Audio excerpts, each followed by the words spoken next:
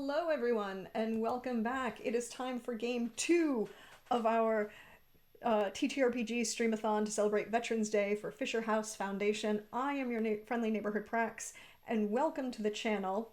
Welcome back for those of you who were here for the first game. I greatly appreciate it. Those of you who haven't been here yet, welcome in. I have some new faces around, and you may notice that I am not running this shenaniganry. We have a new face who's unfortunately being hidden by the Tiltify overlay.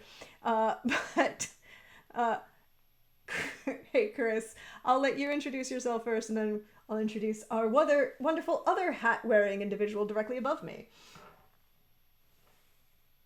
Hey everybody, it's me, Chris Geary. I am back with Castle Falkenstein again. For those of you that were here for Truly Madly Falkenstein, um, I am running a lovely little one shot today called Lost Identity, and I am joined by two players that are going to have all kinds of mysterious fun. You all know Lady Deirdre, and that is who is going to join us thanks to Prax. But you are about to learn about our other player and the character they're going to bring to this alternate world of steampunk shenanigans. And that is the wonderfully fabulous Hatomancer himself. Hey, DC, welcome in. Thank you for volunteering to join us in this shenaniganry and fun. Hey, thanks for letting me join a system I've never played before. So yay, I'm looking forward to it. This sounds like a lot of fun. And hey, everybody, I'm DC. You can find me all across the internet under DC Lasser, dclasser.com. All my stuff is there. And I am playing Henry Tinsdale Forthright, a aristocrat who goes on expeditions to find weird things, and his family doesn't like that he's spending his money in that way. You know, that's fair. And I am your friendly neighborhood Prax, and I will be playing the Lady Deirdre, a fine Irish extraction, perhaps slightly fey. Well, maybe a lot fey. She's a lot fey. It's fine. It's not that big a deal. Just don't get in the way of her sword. But we are here to raise money for Fisher House Foundation, and if you are so inclined to help either the players or the GM, you can donate to do so here at our wonderful link. We are currently sitting at a total of $260. That is more than a quarter of the way to our goal. Thank you so much to everybody who's donated so far. We are you can donate to affect the game, but also every time you donate, you get to vote on which branch should win the Battle of the Branches and why it should be Coast Guard. Says the Coasty Brat in chat. I would just also like to point out that according to the full team, wait, where'd it go?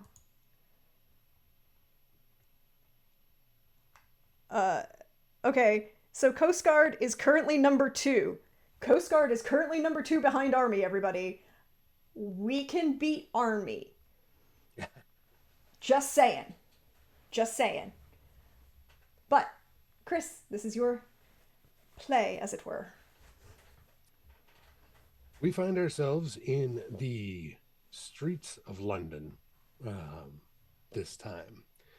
Yes, the patron godmother of Ireland is in the industrialized cobblestone of London, where we find a parlor. And inside, there's a lovely table, and sitting around it is Lady Deirdre, Mr. Tinsdale Forthright, and a go between, someone who is often the courier of favors from family to family. They've invited these two prominent figures with a plea for help. It seems that one Maureen, excuse me, one Maureen Turner, who is a prominent member of the Union of Harmonious Seers, a group of sorcerers who can divine a variety of information, and as such have been entrusted with secrets from folks of all walks of life. Maureen is starting to lose her identity.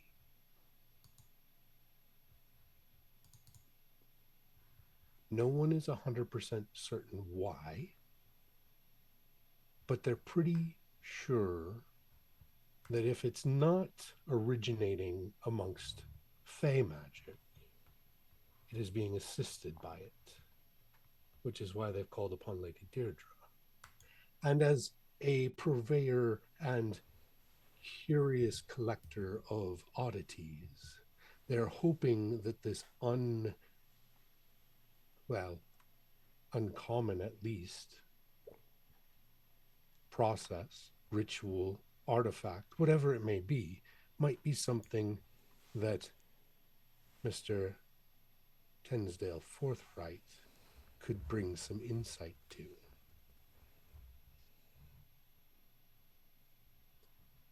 Introductions.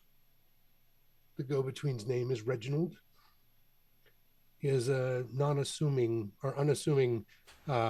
middle-aged man wearing a fairly cheap suit, but well-tailored, which seems a little strange.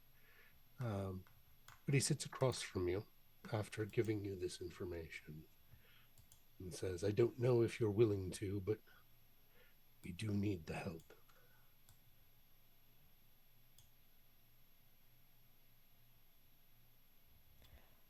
That sounds like quite the adventure. Just something fun. And that's not a good thing for what's happening as well. So, fun for me and hopefully a cure for the memory issues.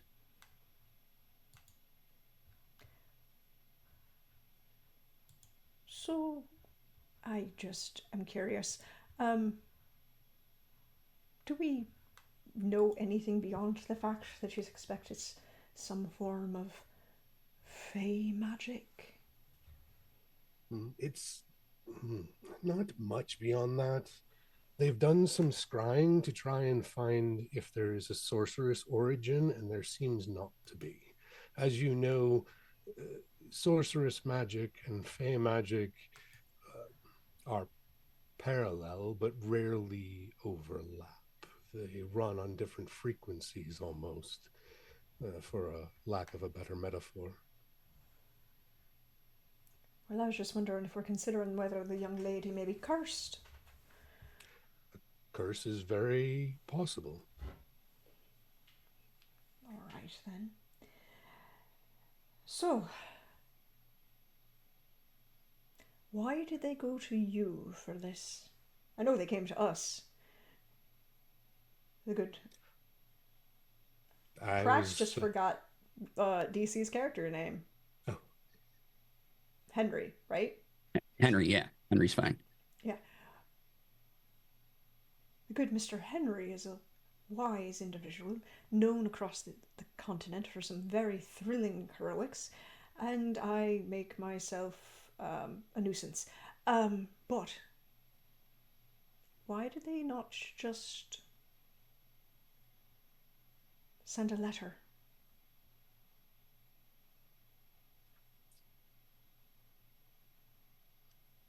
What do you get out of this, Reginald, my dear?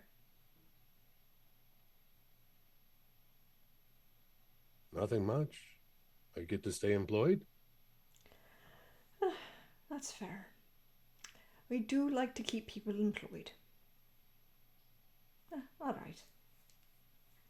I wish I could tell you something that would provide more information that you seek, but I'm a simple go-between. One of half a dozen or so amongst the uh, powerful in this area. Um, I guess I'm trusted. Well, Is that okay to say? Is it okay to say that one feels as though people trust them? it's always good to be It feels like trustworthy. something. It feels like something that should be given to you, not proclaimed. Hmm. I don't know, but nonetheless, uh, I have access to Madame Turner's apartment if you wish to start your investigation there. That would be fantastic. Is the lady of someone that would be considered questionable if two gentlemen such as yourselves were seen entering her apartment?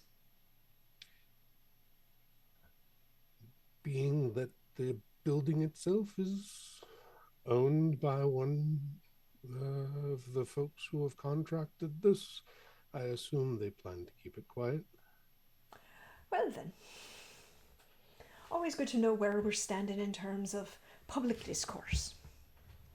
Indeed, they do not want her name sullied in this process. It is one of the bigger concerns. Well, I'm not going to tell anybody, darling. And I'm sure Mr. Henry won't at all. No reason to, so yeah.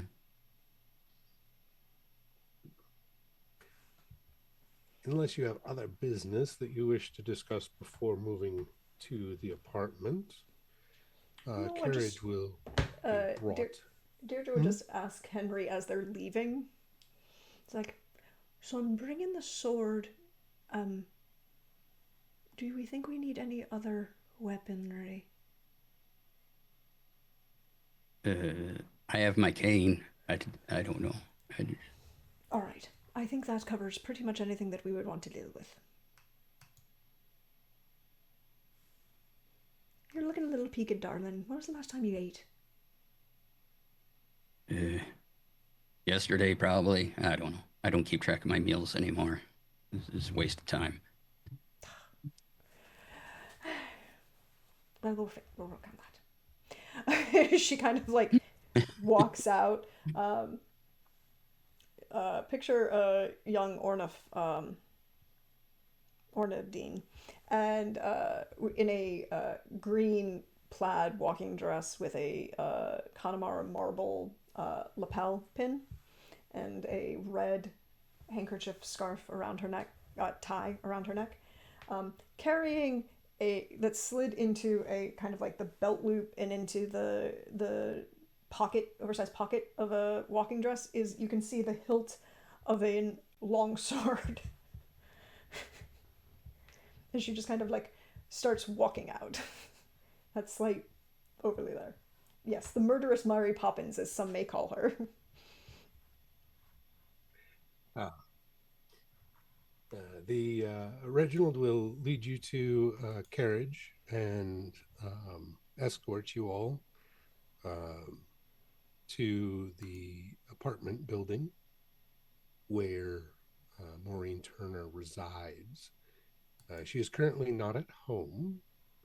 She is with her lodge as they are concerned about her particular um, ailment, as it were.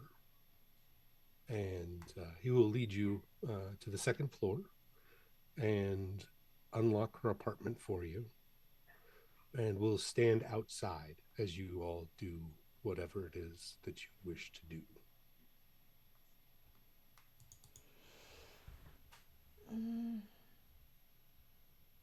All right. We go in. There are papers about, is this clean, messy? Um, it is well organized, but it is, shall we say, full. Like it, it's not Spartan in any way, shape, or form. The shelves are filled with a variety of books or like bound papers. They're like wrapped in uh, like a leather or something like that to keep them from falling. The She has not a desk, but more of a um, small round table to which she has a very comfortably overstuffed chair, you believe to be hers, as well as a variety of other chairs in the main living space. The kitchen itself is small, which is average for this time period, um, but seems to be regularly used, not necessarily like well used per se, but it sees regular use. The bedroom is fairly large with a large canopy bed, vanity. Like there is stuff everywhere, but it's all in its place. Does that kind of give you a good feel for the vibe? Hmm. Yeah. So looking at her things and the books laid out, maybe is there some indication of anything she had perhaps been studying right now, like just a book on a desk that's open to a particular page or some paper that might indicate a current project? So there is a like what would be considered like a side table at basically where the shelves meet one of the walls, kind of like the corner there. And there's a stack of three books with various papers on top, and a inkwell and quill. It looks like that's probably her most recent project of whatever she's been working on, but it's kind of been stashed aside rather than on that main table that she had in the center of the room. That could be because she's tidy. It could also be because she can't remember why she was working on it. Either are viable possibilities. Okay, well, I'll take a look at the stack of books then, and the three on the side shelf. Okay. Uh, Among them, there's a folklore book of Mediterranean, uh, like it just seems to be random Mediterranean culture stories. Um, it was a collection put together by a D.K. Randolph. Uh, then there is a book on the pharaohs. And lastly, there is a book on the jinn of the Ottoman Empire.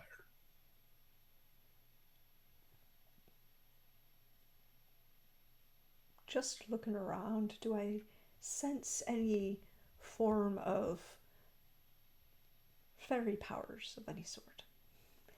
And if necessary, I will play a card. Play this. Play this 4, and I'll um, burn this 5 of spades just to add 1 to Okay. make it an 11 for glamour. For glamour. Um, so as you kind of scan the room, looking for a uh, signs of hidden fairy presence, you will note that the what would that be? The south facing window in the main living room. Um, there's a small table near the window, and on it there is a crystal bowl, um, probably used for candies or tchotchkes or something at some point, but at this point is empty. But there seems to be kind of the depiction of what you would see in modern film of like the residue of fairy dust pooled in the bottom. That's kind of what the vision is. For you, you wouldn't necessarily call it fairy dust, but it's some sort of residual um, magic that was left behind after whatever item was in there was removed. And she'd kind of drift over, not touch it, but she'd look over at Henry and say, "Anything interesting?" I have some books on folklore, pharaohs, Jin of the Ottoman Empire. Might be something in that related to what we're looking for, if this was indeed her recent project. I haven't spoken to you. Geographically, they're We have all some. connected to the Mediterranean in some way, all of the locations. Well, I haven't spoken to any of my southern cousins in a while. Um, I wouldn't touch what's in here. That might not end well. Oh, what's in there? And he immediately goes over to look. I, and she'll kind of like subtly do that kind of understated mom arm thing. It's like you can look but don't touch. He's kind of peering over the arm being, stopping Yeah. him, and he's like, Yes. Um, some slight residue of some sort of um, magical object of more fairy related. Um, no pixie dust. And I just strongly discourage anyone using the term pixie dust. None of the pixies I'm aware of and deal with on a day to day basis cause any dust. what is the dust used for something, or just like leftover dust, like regular It's more like a dust? byproduct. Fall off shavings. There was magic here, it no longer is here. Beetle would be offended if you said that he gave off pixie dust. Exactly, that's why I said he didn't.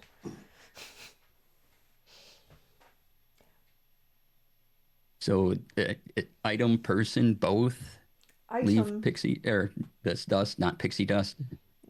not pixie dust. You know, I could introduce you to a very nice pixie. Beetle, charming individual. Does wonders at annoying people that deserve it. But pixies are grand participants and pranks of the best sort. But item more than person, I would expect. And it had to have settled here for a while before it was removed. Um, before it was removed and to give off, this amount of residue. There any way to collect this in like a little envelope or anything for reasons? until No. until we know whether it causes confusion and or loss of memory. Perhaps we just put the whole thing in a box. And then you So can you're play with it saying the later. possibility of accessing it later is there? I will not deny the possibility. Excellent. It won't take long to find a hat box of an appropriate size in the lady's apartment if you wish to put the crystal bowl in that. Just out of curiosity and because my Irish heart needs to know, is this just random cut glass or is it of a more defined nature?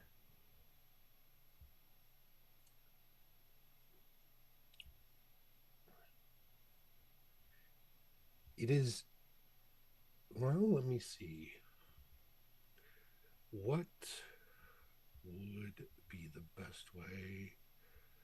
Um, Education, Okay.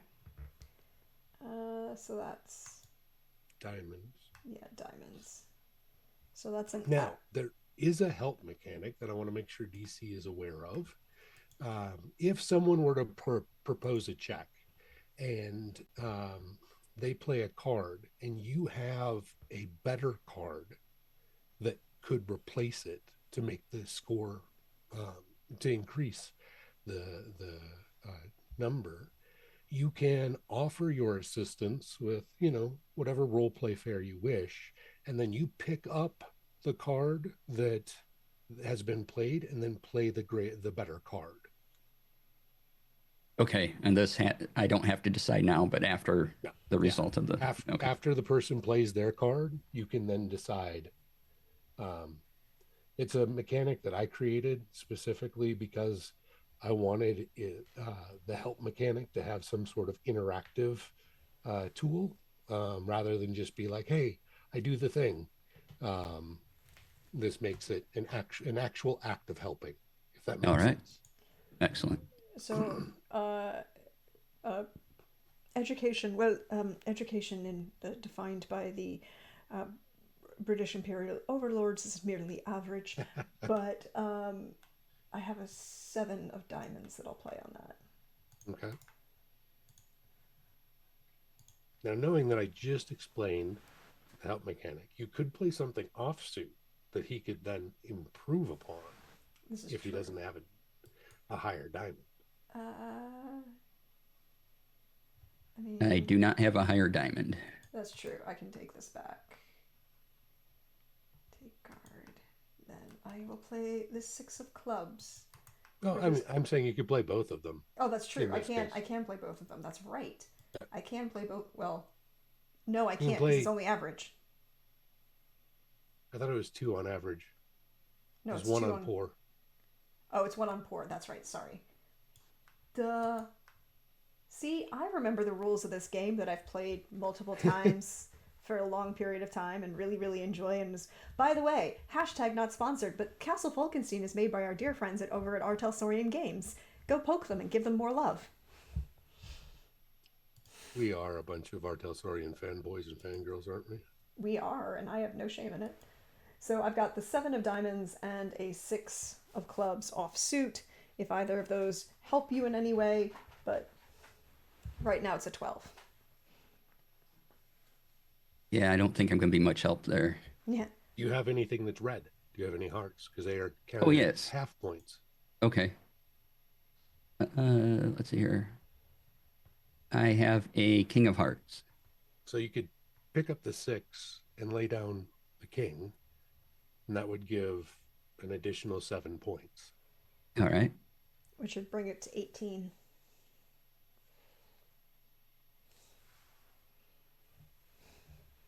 Because it's my education, right? Or his education? It's your education, yeah. Deirdre. So yeah, you right click on the 6 and click take card, and then just drag and drop the other one on the map.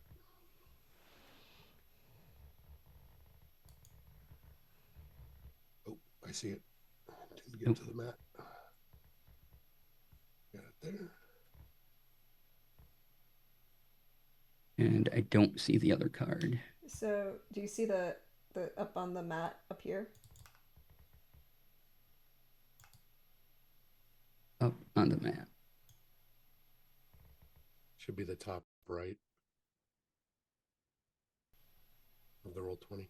Roll20 is our friend, y'all. Sometimes. I'm looking. One moment. Oh, there we go. I had to expand the window. All right. Been there, done that. Yeah, you should be able to right click on the 6 and select take Take card. the card. Okay, there we go. And then we've got, so that would be a total of an 18. Yeah. Between the two of you, kind of looking it over, and you'll identify that this particular bowl was not cut. It seems to have been grown into this shape. Well, that's some fairy shite. It is very, like, if it was cut, it would have very, like, sharp edges, and the edges to it are a little more jagged. They're less smooth because they're naturally grown into these positions and then polished.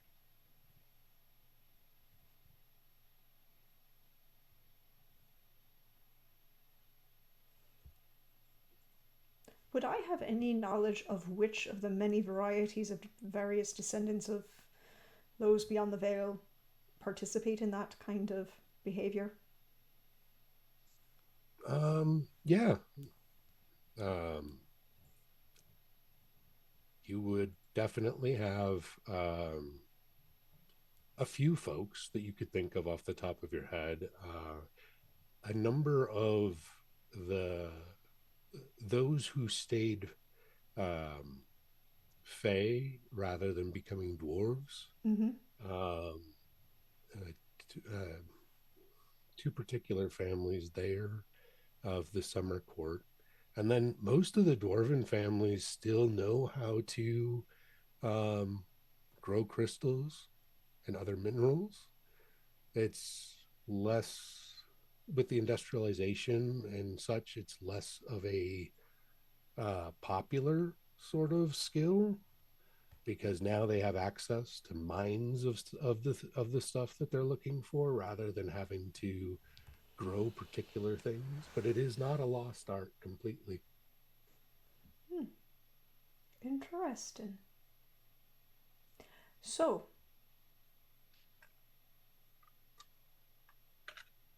do we want to hit up a variety of people of my sort or a variety of people of your sort? This is starting to look a little more like your sort than mine. You know what we should do, though, because it's just a classic thing to do, is check under the bed. Also, the floorboards. I appreciate the classics sometimes. So I'm going to go over to the bed and I'm going to take my time, use my cane to help get me down on the ground, look Okay. underneath, grab the cane, and like poke under there for anything under the bed. Uh, Under Marine's bed in particular, that's where most of her hat boxes are kept. This apartment doesn't have as much closet space as a lady of her interests would like. So, because of their formalized shape and rigid nature of a box, she seems to store primarily her hat boxes beneath the bed. As to what's in them, it would take some time to go through them because there's about a dozen and a half or 2 dozen underneath the bed. Okay. And then I take some time to get up. I put my cane and then, trying to get up, bad knees, and And let me give you a hand slowly. there, darling. Yeah. Here, take Yeah, it. sure. All right. Oh, boy. Thank you. That would have taken me another 10 minutes. Yeah, All right. there's no worries. Um, can I just take like a random selection of four of the hats to see if, because there is a number of them and she is a lady of style. Is she Mhm. one who would traditionally usually buy a new hat for each season in each new wardrobe, or is she one who buys like this is this hat for these particular events and this is this hat for these particular events? How, I guess the question is, how on mode is she, Okay.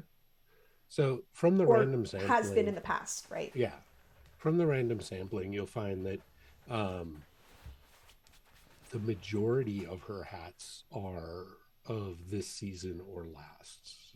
When we talk about fashion, when we're talking about seasons of the year, she does have different ones for different Yeah. um, times throughout the year. And but there do seem to be a few hat boxes that are older and have more classic, like like how a pair of black heels is always worth having in your collection, kind of thing. You always need a Um, little pillbox no matter what you wanted to say about it. yeah. So there's a few more classic hats. There seems to be one large black floppy hat for mourning. Um, and that seems to have been around for a while. So, she probably just keeps that for whenever there is loss because it is an inevitability in life rather than buying a new hat for each funeral. So it definitely seems as if the lady is of a fashionable mien. She seems to keep up with fashion, yes. And then she'll kind of look at Henry and go, well, my sort are going to be about the bowl and what was in it. But a lady this fashionable, with this many hats, well, do you know could we find out who her milliner is? You might know that better than I would. Sometimes there's a tag in the hat. Oh, most of the boxes do have a label that she's kept tucked in one of the corners. The bulk of them all have the same storefront, but the most recent 3 purchases have been from a different location.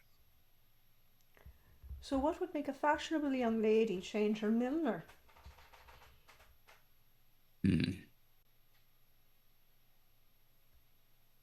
That's a good question. I'd also need to find out if the particular individuals I'm thinking of are here. And we have to buy a bottle. Or 4. We have to buy 4. Why do we need bottles? Well, it's very impolite to go talk to dwarves without an offering. I see. Do you like mechanical things, Mr. Henry? Oh yeah, the more unusual the gears do things, the better. You will get on with them grand. Okay. And the audience will see this moment across Deirdre's face of, I don't know whether this is a good idea or a bad idea, but I will enjoy it.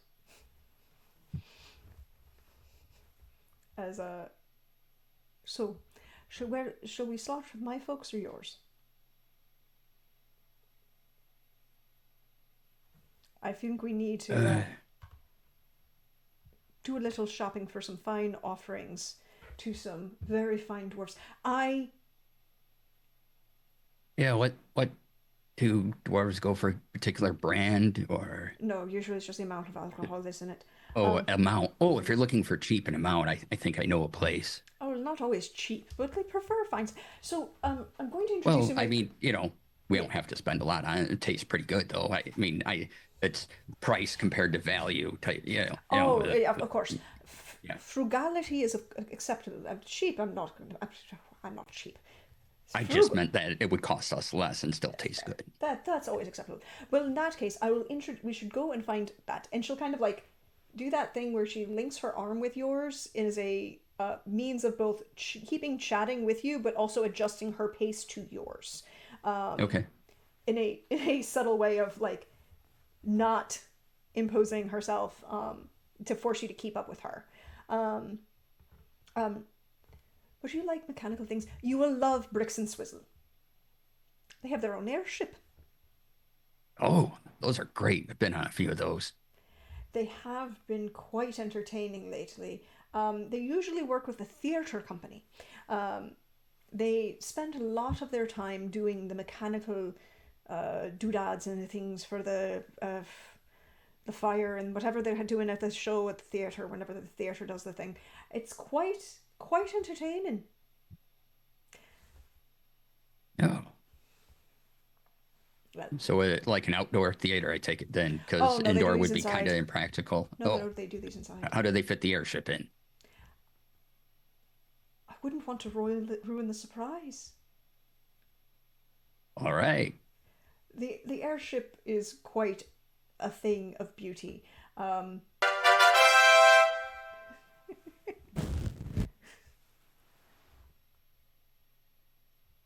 Thank you, Time, for that donation.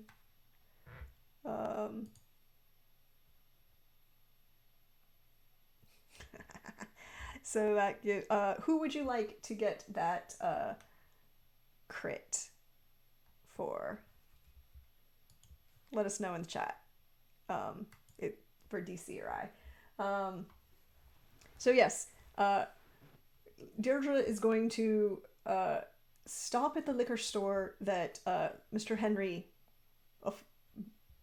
appoints, wherever we can buy like 6 bottles. A dozen seems overkill. 6 bottles. and lead him to where, because there would be no reason that she would travel to England under any other means than Bricks and Swizzle's airship. Sounds perfectly fine to me. Particularly if she's coming from Norway. Um, so she's going to go to whichever theater they're currently installed in to The Globe. introduce Henry They're to. pretentious when they're in London. They're at the Globe. They're pretentious when they're in London. I appreciate this. I appreciate the fact that it's the Globe and not the Royal Albert. Yep. Which makes it even better. So we're across the footpath over the river and to the other side of the river to the Globe, and as she does so, she's like, looks at Henry, goes, "Now, hide two of these. Okay. Well, otherwise Swizzle won't get to drink himself, and Bricks will drink it all." And he kind of clumsily hides them, not being really good at just hiding things in general. He kind of tucks them in and is just like, And he kind of figures out how to walk with his cane, and then these two bottles hidden on him somewhere. And All right, come along, and she'll lead him through the staff entrance. Mm-hmm. Just walk through. Bricks, Swizzle, where are you? You'll see Swizzle's head pop out from beneath the floorboards, working on some mechanics. I have a friend to introduce you to and some appropriate gifts. He'll call down under the floor, under the stage, and be like, "Bricks, they've got booze." And he kind of scrabbles his way on up. And before you are a pair of dwarves who are, decked out in kind of, your standard handyman kind of outfits. They Bricks has a big bushy beard, while Swizzle has a very meticulously manicured mustache and beard. And Bricks will be like, "Oh, hey, new friend and new booze." And he'll look at Deirdre. Mm-hmm. And she'll hand over the 4 bottles that she purposely kept. Excellent. And what kind bottles of what? Whatever Henry was suggesting.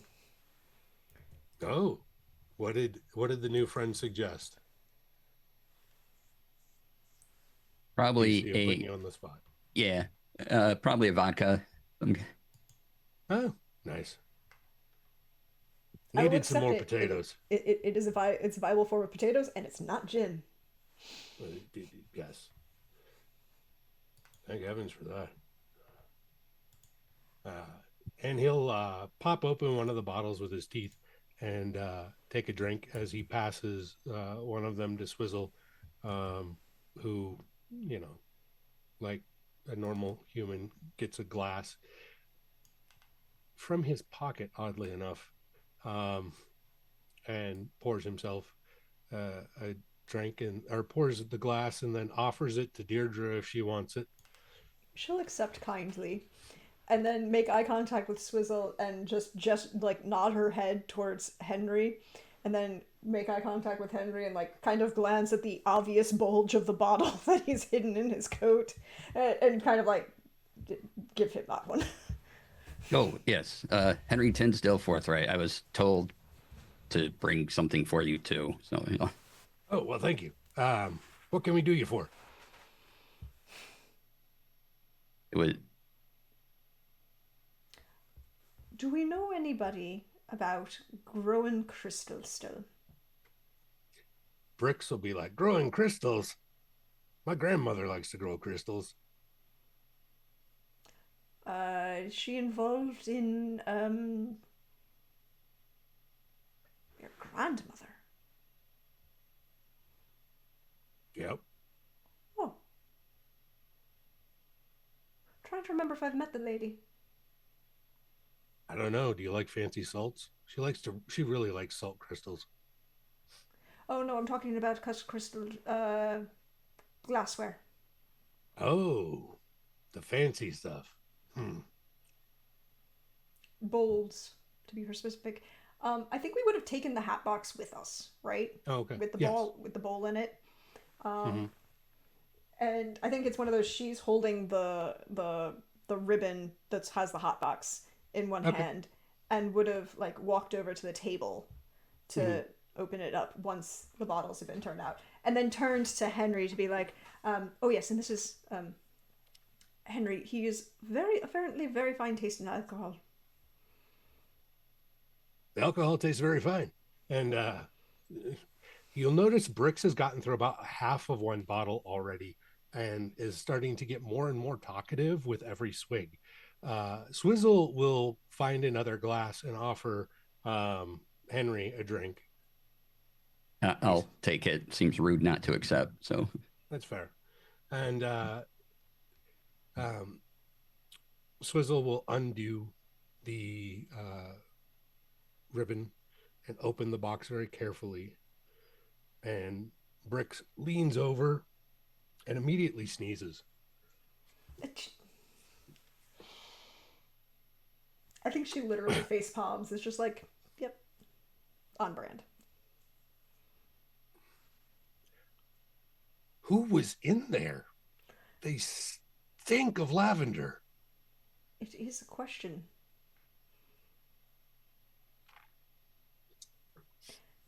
Can either of us smell this lavender? No. You have no idea what he's talking about? Swizzle is even looking at him a little strange.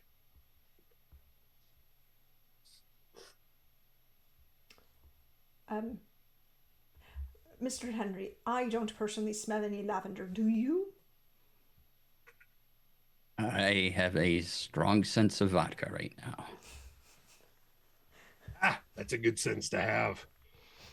You see, the spring court, I always smell like lavender to me. I don't know why. But Mm, whatever was in that bowl definitely came from them.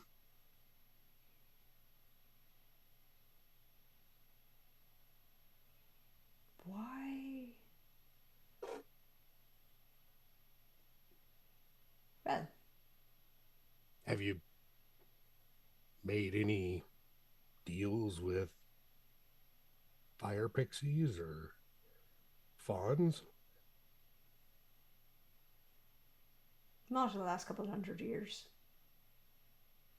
And I don't know why they'd want anything to do with this bowl. It's a nice bowl, though. Well grown. If it was salt, you could lick it. I mean, you could lick it now, but it wouldn't be worth it.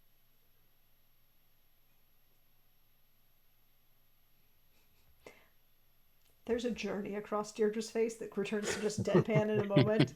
This is a moment of like, do I regret this? No, not really.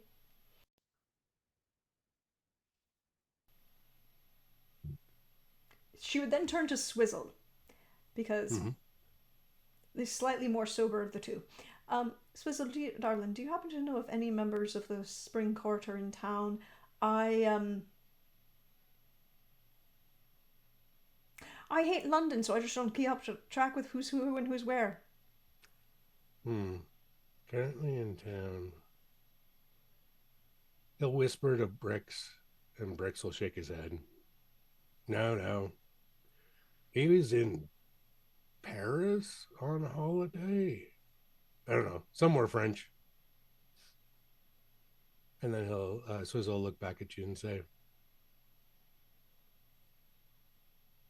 maybe. Hey, what does she go by now? Glorinda? He says, kind of questioning his own memory. With the pink dress. The jealous one. Oh, good lord. You know, she should just wear green and let the rest of us under see her total. I don't know why, but she wants to look like a tulip or whatever. Then she'll look over at Henry and be like,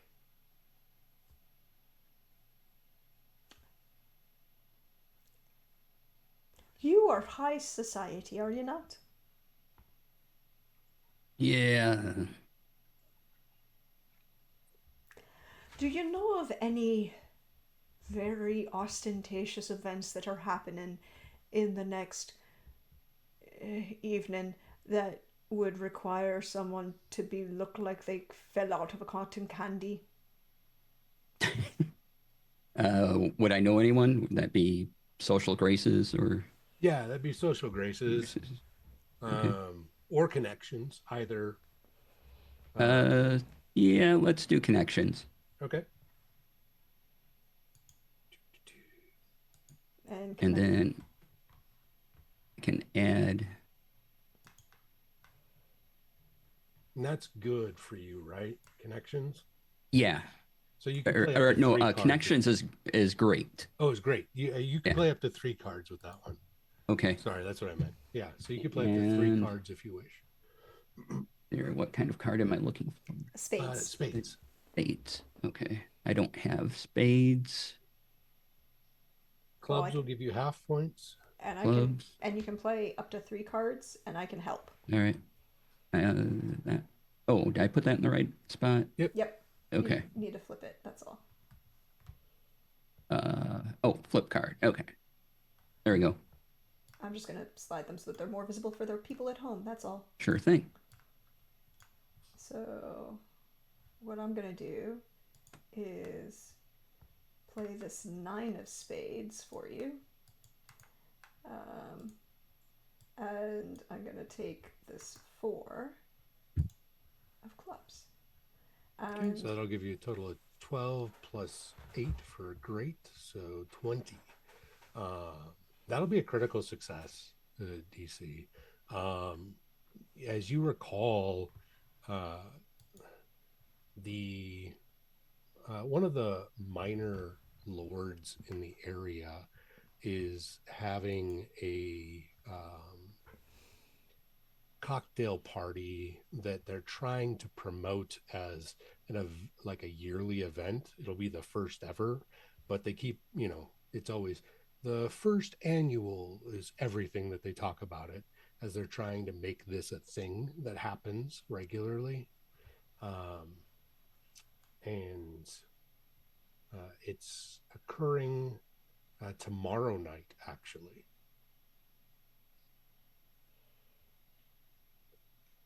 All right.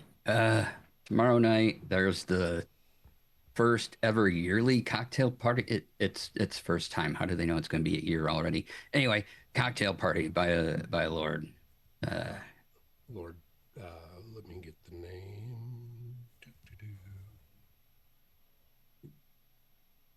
What was his name? It's the one that you don't like, Deirdre. oh, fuck him. Sorry. Robert Baron what's his name? Baron, it starts with an R. Yeah, Robert. I should have looked. No, this I've got up. it. You got it?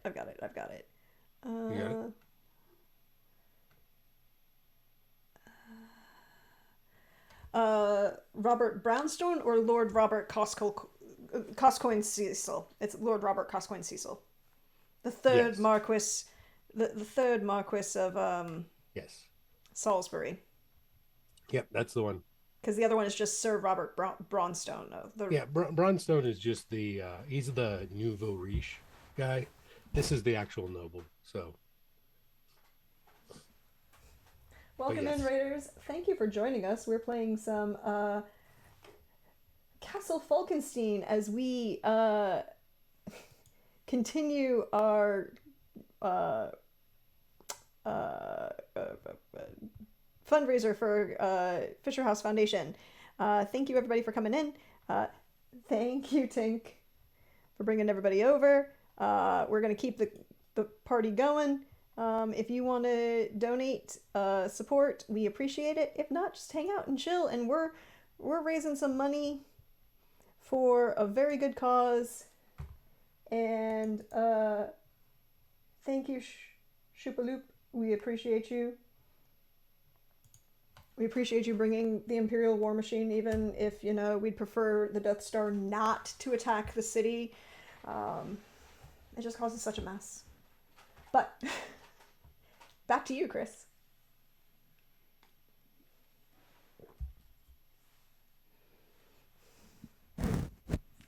Awesome. From one charity stream to another,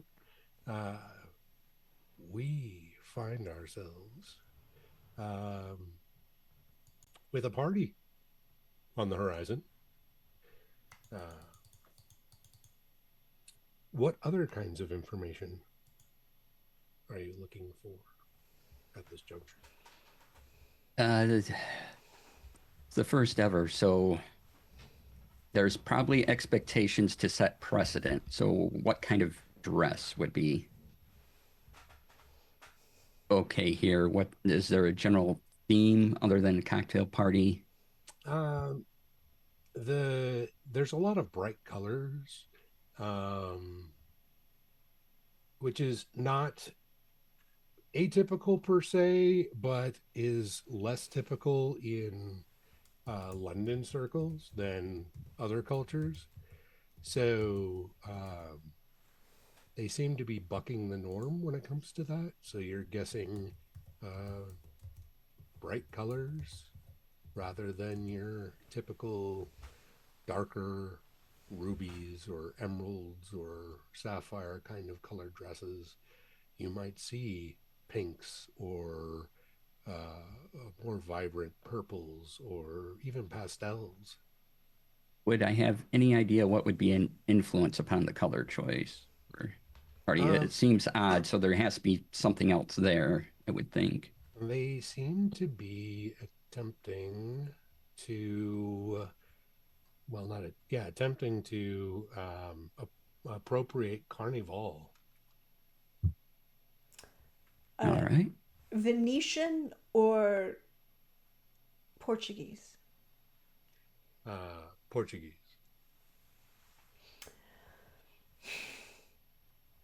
More feathers, less masks. Mm-hmm.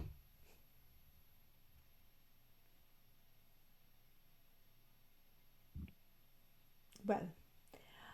And are guests expected to bring anything other than being brightly colored? No, this seems to be something that is very much about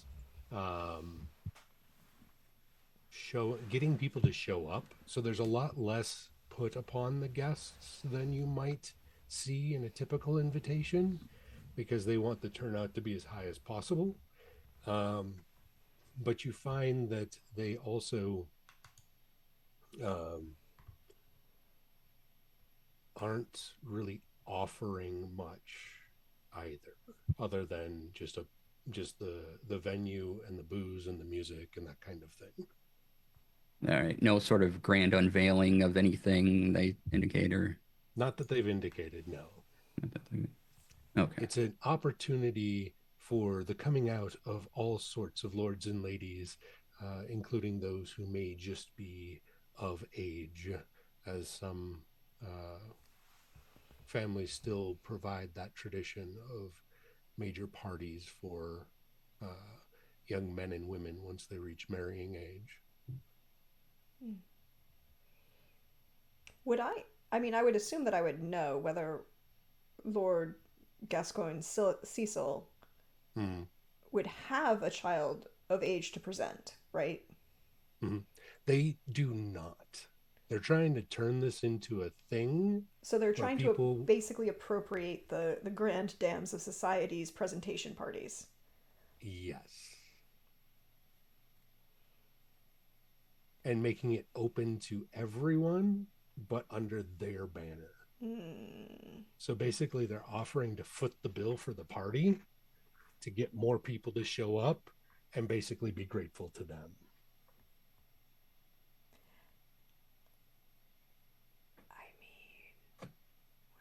That sort of charity seems odd. You seem to know them. Would they do such a thing? No, they're violent, horrible people. Right. Sorry, what was his name? Costco Salisbury? What did you say? Lord Robert Gascoigne Cecil, the third Marquis of Salisbury. Costcoin Cecil. Oh, okay. That's He's where I a was getting Salisbury from. yes, yes. He's I a thought you were just hungry, Brick says. no. Well, that too. I Oh, mean, you need a snack? He starts rummaging through different things and pulls out a sandwich and hands it to you. I would be glad for a snack, sure. At this point, he's just going to accept almost whatever. So, It's a roast beef sandwich with horseradish. like, halvesies? Yeah. Okay. What's that? Take a bite of it, sure. Again, he doesn't want to seem rude to people he doesn't know anything about. So, And I mean, they're technically not Fae anymore. So taking food from a Fae without, you know, any precautions is not going to hurt you in this situation because dwarves gave that part of their heritage up in order to work the fires and be able to smelt cold iron. So taking food from a Fae in this case is not gonna bite you. how inebriated does Bricks look at the moment? He's about a bottle in, Hmm. so he can still pilot without any trouble. Cool. Bricks Swizzle. Lord Henry is a gentleman of a discerning nature who appreciates new and innovative things. Oh, that's even better. He wants to see the big shiny airship. Great.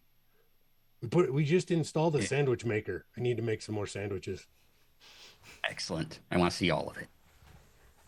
And they will lead you up to the roof. And on the roof, kind of obscured by the facade of the building, is a airship. Its propellers are currently at deck level.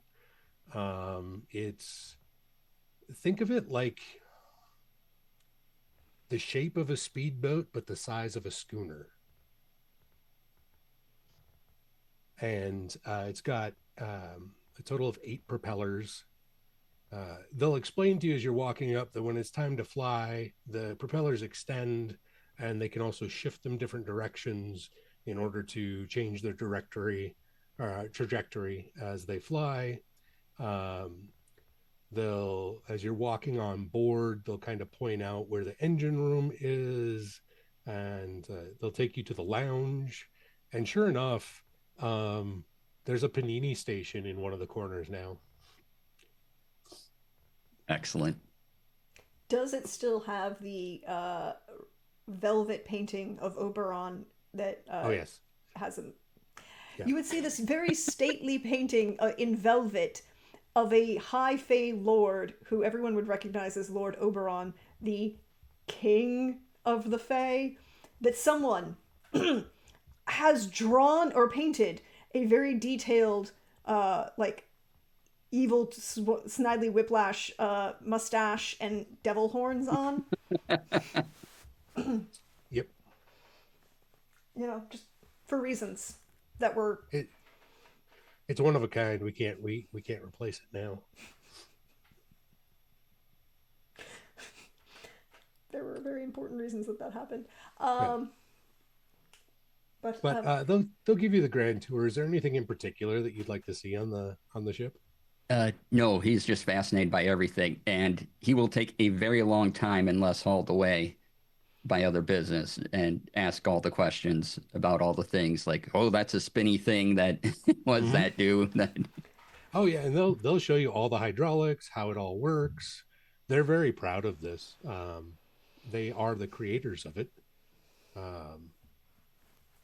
and the engine itself is propelled by a sorcerer's engine, a lot of times referred to as a rhyme engine after the famous dwarf from Bavaria, Arbeiern, named Rhyme.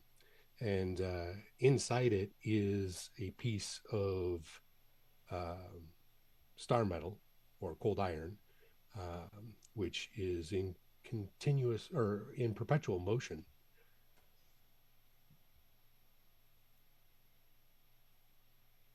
Awesome. Yeah, but he'll just get lost in this whole process. So if you were planning on doing anything else, you might want to speak up. Oh no, she would let this happen mostly because she's taking the opportunity of subtly letting Brix occasionally just put half a sandwich in your hand. Hmm. Um, so make sure you eat something. Y- She's doing the mothering thing to make sure that you eat. While also, while also trying to find finding the appropriate place on the airship to contact. She was also very impressed at the ability of Brix and Swizzle to land the airship on the roof of the globe, remembering that there's a big hole in the middle of it, Hmm. and that It's they. tucked to one side. Yep, it's very impressive landing. But she's also looking for she's looking for her like bell ring for Beetle. Oh, yes. That's back in the lounge. Yeah, yeah. There's the large pot with all the different greenery Hmm. that you can use as basically a way to call pixies. Hmm. And well, she's gonna call like leave out the honey and salt and everything to call Beetle, and she's started making a list of things because apparently we're going to an event where we need to be ostentatious and colorful. So she needs a new dress. Somehow she doesn't think like her regular wool, not quite tartan walking dress is really gonna work for this event. Probably not. Particularly because she can't Um, pass as Zephyrine chaperone if Zephyrine not here. Correct. Correct. Uh, so you'll hear the sounds of chewing coming from your right ear Mm-hmm. uh, as Beetle appears with a roast beef sandwich in his hand.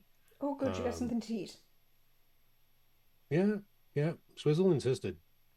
Um, so, w- what can I do for you, my lady? Who of our kind is a relatively appropriate seamstress in this god awful city? Uh, oh, you'll like this one. Where's she from? No, that one's even better. Ah, yeah. So currently, there is a woman by the name of Danessa who is here from visiting from Amsterdam. She's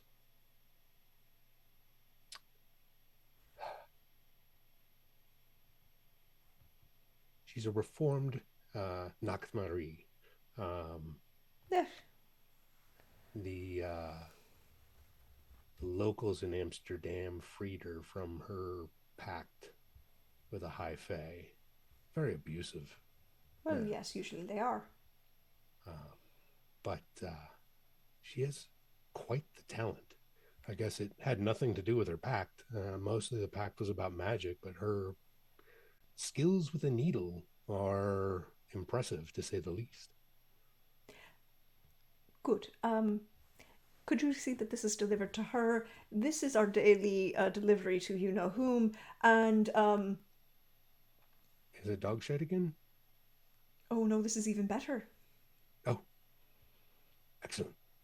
So this is because she's in London. Mm-hmm.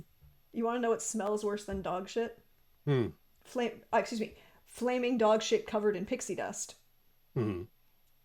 or glitter, which was Yes, actually glitter. it was Yes. glitter, not pixie dust. Is the Water from the Thames. sludge at the bottom of the Thames. I see. You are very, very keen on the details. Yep. Uh, But yes, I need a new dress.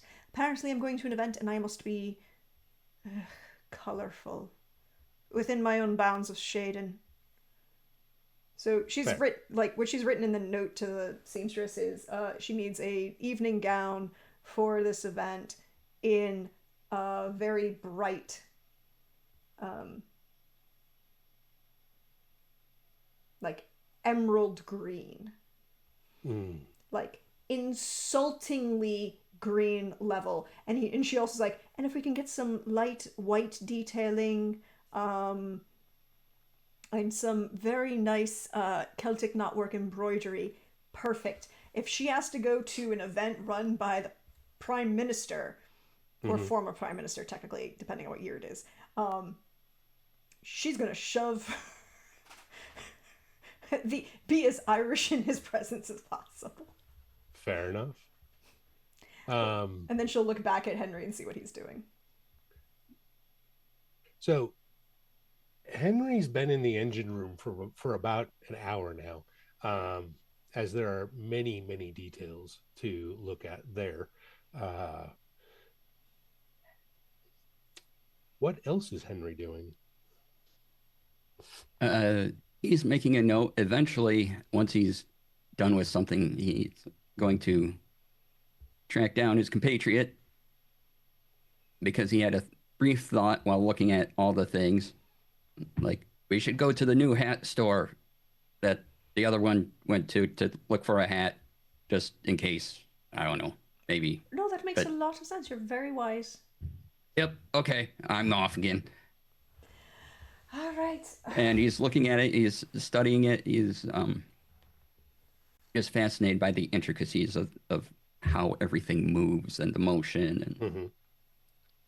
It is very tightly compact for the amount of moving parts, and seems to be in exquisite condition, regardless of how drunk Brick seems to get. He does not seem to break anything. Uh, excellent.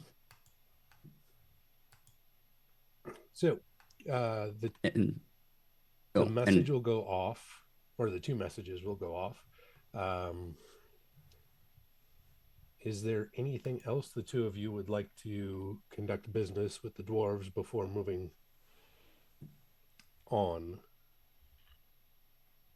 I think all that Deirdre's going to do is leave her like bi-weekly donation to of the appropriate things to the liquor cabinet Okay.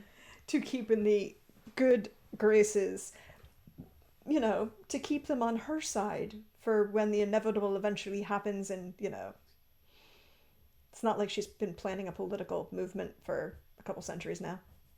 Yeah, I mean, it's always good to have a couple of eccentric engineers on your side. Mm-hmm. And So, two is better than one. indeed. so yeah, when you're done with that, mentions this has been fascinating. He thanks the dwarves. We should probably get to the hat store before it closes. Yes, I do think so. That would be appropriate. Um, I ordered myself a new dress for this thing tomorrow. So it's 1892. I'm trying to remember if Lord Indeed. Cecil is prime minister anymore or not.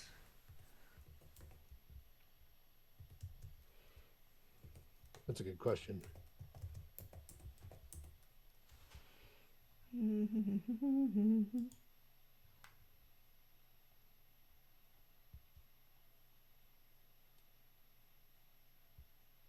No, it's Gladstone.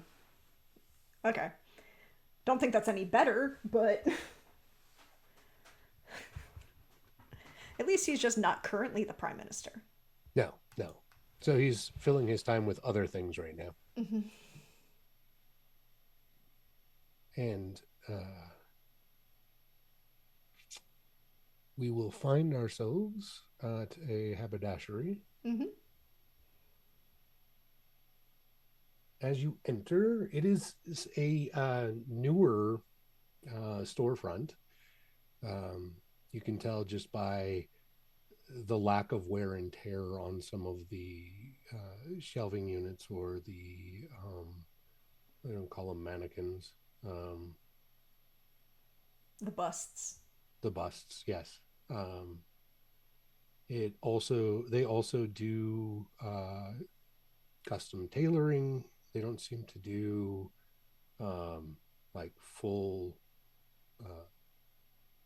like from the they do, I guess, resizing of things and that sort of tailoring. They don't make things from scratch here, but they do a little bit of a lot of things, and it is um, Mary Ann's haberdashery. Interesting that she chose the term haberdashery and not millinery. Uh huh. Very intriguing. Bup, bup, bup, bup, bup. Can I remember things? No. Oh, glamorous hearts. Around and see if I can see anything of just just taking a look around, looking for all of the things that would be important to know. It helps if I hit the right button and not. I'm gonna play for perception.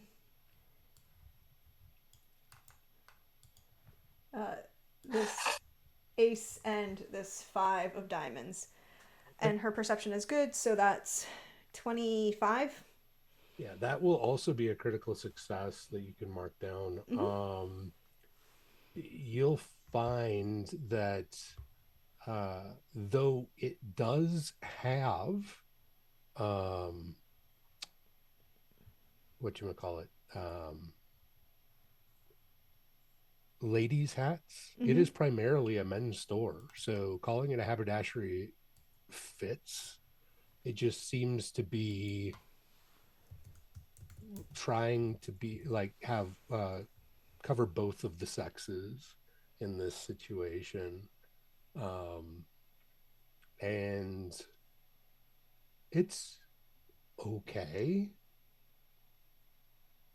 but it is not of the level of the older hats. In terms of manufacture or in terms of fashion or both? Manufacture primarily, it seems to be keeping up with the fashion to maybe a season behind, almost not a full fashion season, but like 3 to 4 months behind Paris, um, which I guess for men wouldn't matter near as much. But a definite change in a woman who has been so fashion forward. Correct. And she'll kind of look at Henry, go, this is definitely a step down. Not what I was expecting at all. No, Henry, you see things there that are more of what you would be looking for than what a lady would be looking for.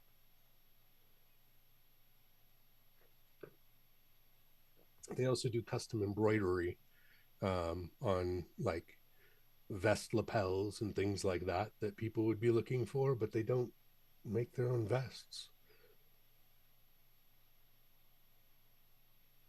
A lot of Oh, aftermarket is what it feels like. ooh. Are we thinking the lady lost a significant amount of money? Mm, good idea. About 3 months ago or so. Is that what we're? Yeah.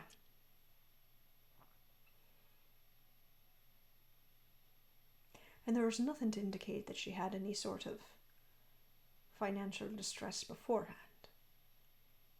Not that was brought to your No. attention.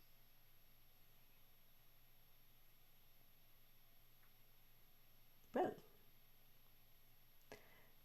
do we want to ask about her or just poke around and be nosy?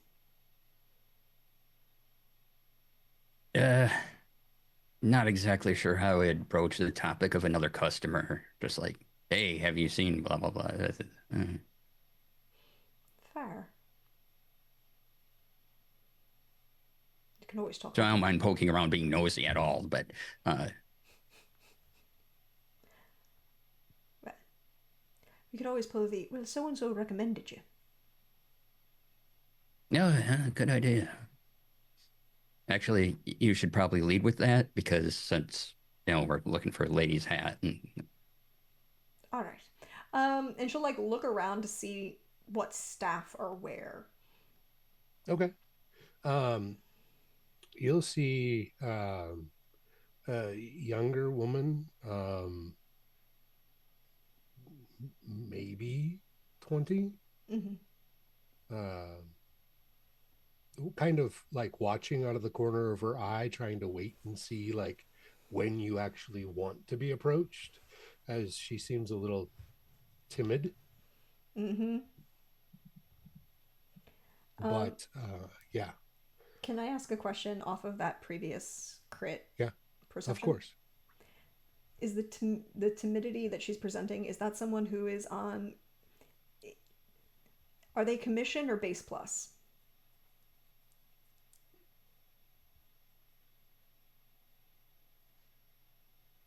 Or just straight salary? You're not 100% sure. You think the timidity is coming from um, like a lack of confidence. Like you see it in her body language and everything. Okay. She probably hasn't done sales for more than a few weeks. Oh, well, darling, we're going to help you with that.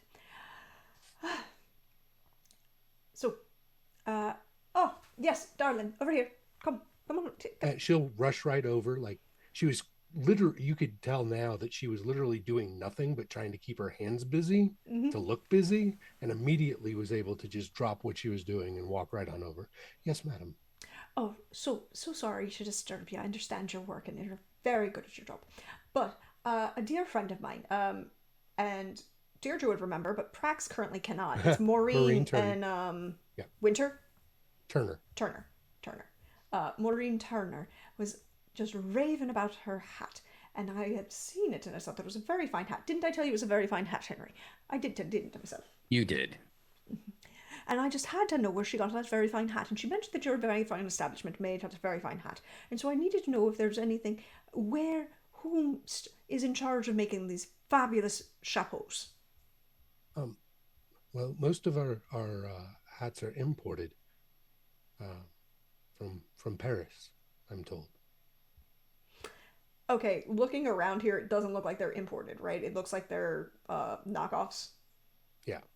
Mm-hmm. Really? That's so fascinating. Do you know where they're importing from? From just which fashion house? I think they're very stunning. Don't you think they're stunning? I think that one look fine on you, don't you? I Yeah. I'm not. I'm kind of new, but I can find out for you which house. Oh yes, if you would, darling, would you please? And now I saw this. It was a grand green extravaganza, and there were feathers. It was very flurried with the feathers.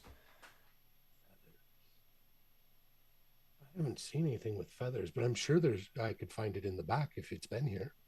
Oh, if you would take your time, darling, I appreciate it. And she'll scurry off. Um, a, a little bit later, unless there's anything you'd like to do in the meantime. I think she would just turn to Henry and say, "There's no bloody way on this side of creation that those things were imported." No, none at all.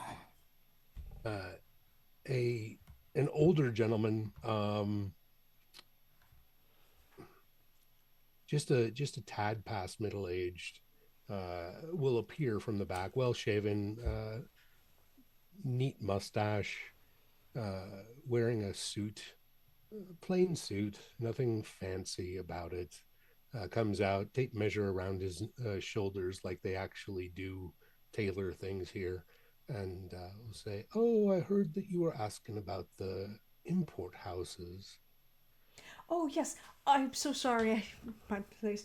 I was talking to my dear friend, Mrs. Maureen Turner, and I was just raving about the beauty of her hat. It was an absolutely stunning hat. And I said to myself, where she get it, I had to ask her where she got her hat. It was a very fine hat. Didn't I say it was a fine hat? It was indeed a fine, fine hat. And then I turned her around here, and she said came in from here. And I said, really? And she says, yes, indeed, it came from right here, and I bought it here in London. It was perfect. And she said these were imported. I said, "That's really? She's importing hats now, are we?" By the way, I would like it pointed out that currently her hair is down, so her ears are not visible. Okay. Just throwing that out there. That is a detail worth noting. Because otherwise it's very distinctive.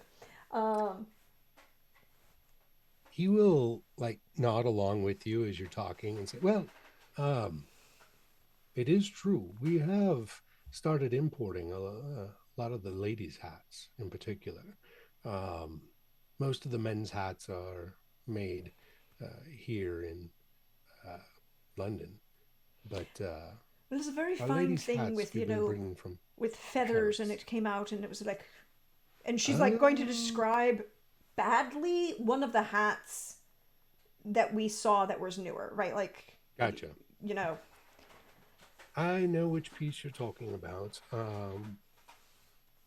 I don't know what size hat you prefer, madam, but I do believe we have another one or two from that particular Milner, if you'd like me to check the back. oh, I'd love to. Do you happen to know who they are? It was so stunning with the thing, and then it went this way, and this Hmm. was swoopy. It was very swoopy. Um, Excuse me, Let me give obligatory me a comment second here. to make up Swooping is something. bad. Sorry. Uh, Dragon Age brain has to make said comment. Love it. Uh,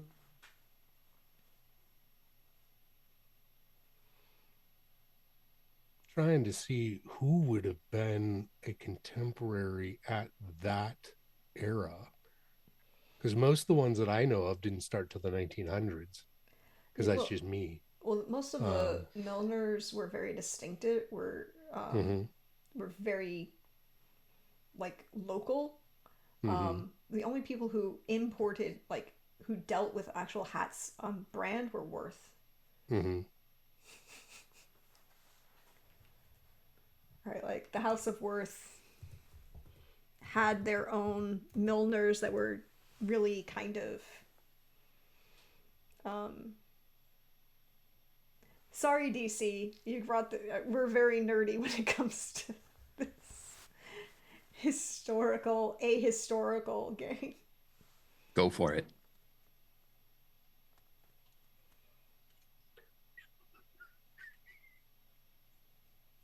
There we go.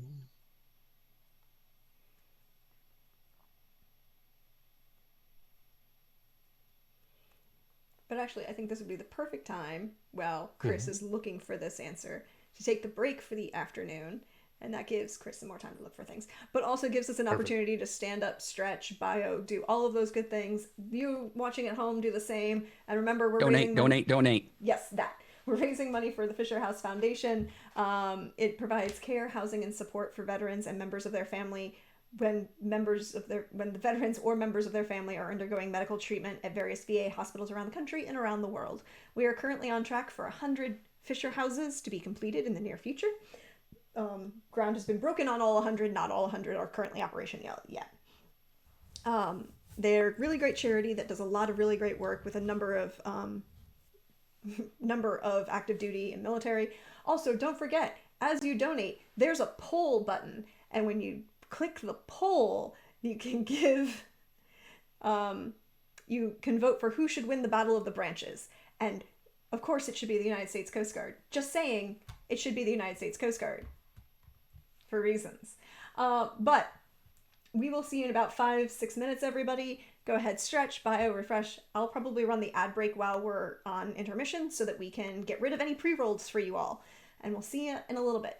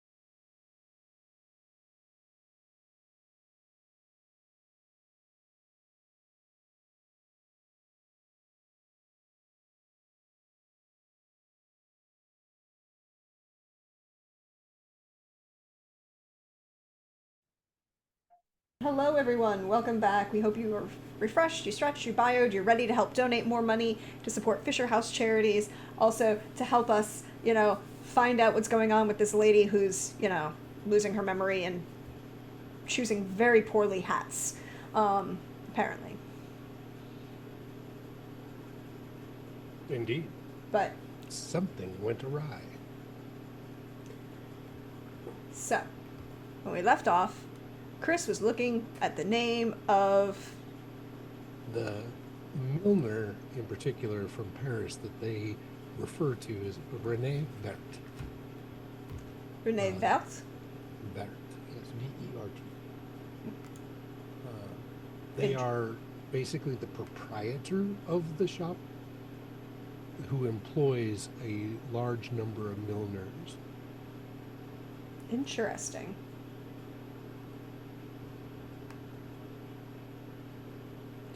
So, when he comes back with, whatever it is, version of the same, from the same importer, Which, because of Deirdre's time in Paris. and connections too, you would be aware of Madame Vert. She is known for luxurious creations, and these are not hers, even though the label that they show you might be a poor facsimile of her labels. Makes a mental note, looks at Henry and says, while he had stepped away, goes, would say, well, I've seen the creations of Madame Vert there. I would not recommend these as being hers.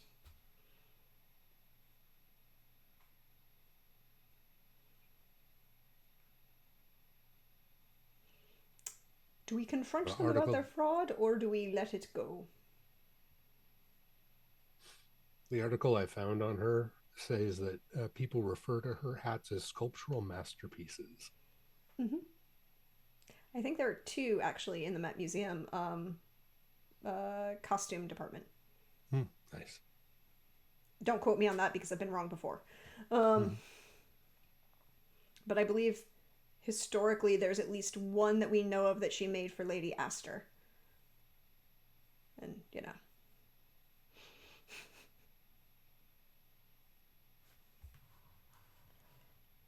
Ask and you shall receive, Faye. Oops, that was not the right thing.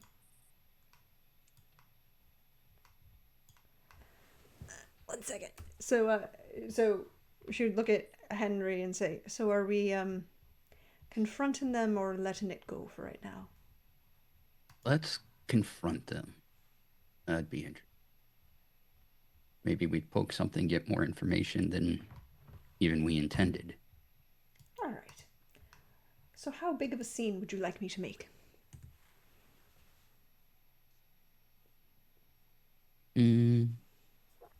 Enough so maybe I can take a peek in the back room.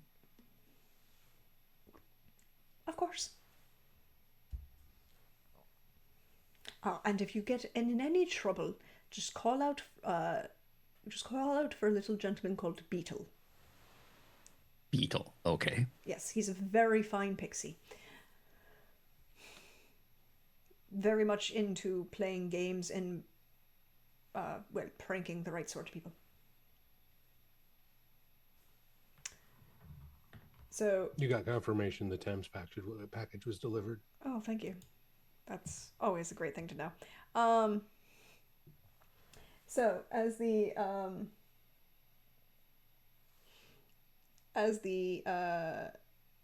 gentleman comes back, right? Deirdre would wait until he showed the hats, particularly the mark, like the label that it was made by Madame Vert. Yeah. And then she would begin gesticulating loudly and repositioning herself so that she's blocking the view of Henry at first. And they go, "Oh, Madame Vert, I love her work. I got to see a couple of pieces when I was in Paris. That I was hanging out. It was absolutely wonderful. You see, I was in Paris with good lord, what was his name?" And then she'll start rambling about the last salon that Zephyrine mother threw, right? Like Okay. the last event, and who Hmm. she saw at this event that had one of these Madame Vert hats and all of these things. And then she'll flip it over as if she's finally inspecting it. Hmm. No, and start making an even louder scene about how, well, this couldn't be a Madame Vert. This isn't even her signature. I know her signature. This is an impersonation. Did you get duped? I'm so sorry. Did you get robbed? Or are you trying to rob these poor people? And she starts getting louder and louder and louder to anyone who's in the store. You'll note there was oh, a younger woman who had come in after y'all Mm-hmm. um, for a uh, and kind of was browsing Mm-hmm. the men's stuff, probably looking for a gift of some sort. Mm-hmm. Um, she, as soon as you start making a scene, like leaves. Like she just puts down whatever she was looking at and like slowly leaves the shop. The young lady that was super nervous before is comes out and is like trying to like she's kind of frozen. Like, does she help? Does she not help? And is just staring. And the gentleman keeps trying to talk you down. No, no, no, no, no, no. I was assured by our distributor that this was genuine. I have no idea what would have caused them to send something that was not. And Well, see, this isn't even her signature. This is, good lord, this isn't even her handwriting. This is some Englishman's handwriting. The full entire font, and she'll go off on like the font mhm. between French versus English calligraphy, and how those are, the letters are shaped differently. And obviously, this couldn't be her signature because the V is, or the R would be shaped differently, and Mhm. And oh, quick little thank you to Face On. yep. Thank you for that donation, Faye. Please let us know who is getting that advantage. All right. And So while that's going on, I would like to, knowing I don't have a lot of time to do this, mhm. I'm just looking for out of place. If I can peek into the back room where this gentleman came from to see anything unusual going on, I'll make a perception check. I have good in Okay, perception. sure. But, How thorough are you trying to be while this is going on? oh, I'm anything I can get. Okay, I'm so being as meticulous as I can, but okay. expedient. If that makes Perception sense. is mental, which means it is of the suit of diamonds. Okay. Feel free to play a card to enhance And Faye your. and DC, All Faye right. just gave you an advantage. And so there are two crits and an advantage on the table for you. In this case, as an advantage, you can um, swap out one of your cards for whatever I deal off the top of the deck. If you have a card that you'd like to get rid of, I can definitely try and get you a better card. Okay. Let's see here. Yeah, where do you want me to place that card on the? It doesn't matter anywhere. Uh, I'm just going to pick it up, put it back in the oh, deck, okay. and then Oh, deal you yeah. a new one. So to make sure it's not the Okay. same, I'm going to deal it first. Thank you for the advantage. DC. And there's your new card. All right. Yeah. All right. And for the perception, oops, where'd that go? Oops, shoot. What was it? I accidentally grabbed it. Oh, it was a 6 of diamonds. 6 of diamonds. Okay. Um, Um, are you going to play anything else? No. Okay, well then, don't worry so much about finding that 6 of diamonds, Chris, because yeah. I'm going to give him the help by playing the 7. Because I'm Okay. as she makes a bigger, to do to kind of distract everybody, Okay. Giving you more time. giving you, yeah, exactly. Perfect. So just new card. Yep. I accidentally recalled the cards off the table Mm-hmm. just as he played the six. So Oh yeah, you as being mhm, a person who has looked for weird things, looked for things that are out of the ordinary most of his life, mhm, is just trying to get a sense of kind of those things, the thing that doesn't belong, because he would probably try to collect something like that. But yeah, anything in this situation that just doesn't seem to add up, right? yeah, you'll find that you got that what's back here seems to be a lot of facsimiles of similar hats. So wherever they're getting them from, they're basically making a bunch of knockoffs that are all the same. As you would know, most reputable haberdashers or milliners would try and make each one unique to the wearer. That's where they get their reputation from, is that every hat has its own sort of personality. Um, and the what stands out to you as the most odd is that the boxes seem higher quality than the hats.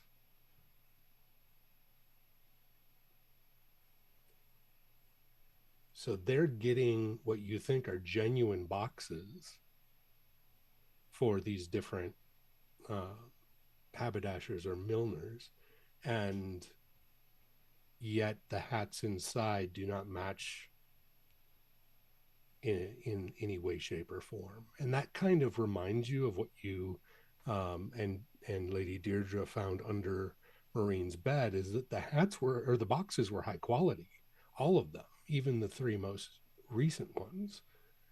Um,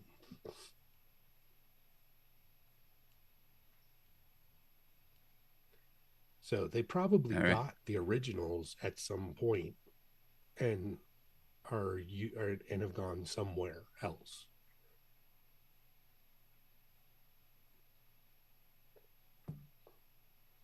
Okay. Any paperwork I can glance at while I'm looking around? That, You'll find a okay. ledger back there. It's mostly a stock based ledger, not really money, just like Mhm. what's coming in and what's going out. Um, they sell more men's hats than ladies' hats, except in the last few weeks, there's been a spike in ladies' hats. Interesting. Uh, there is a note about a referral from a Glorinda. All right. No last name.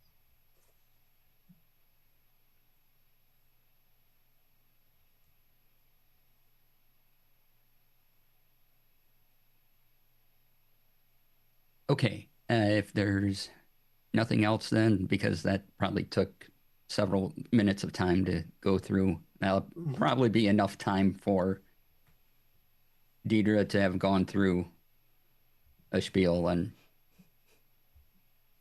Yeah, you're probably right. You can probably step out of the back and sidle your way away from the entrance enough to not draw attention.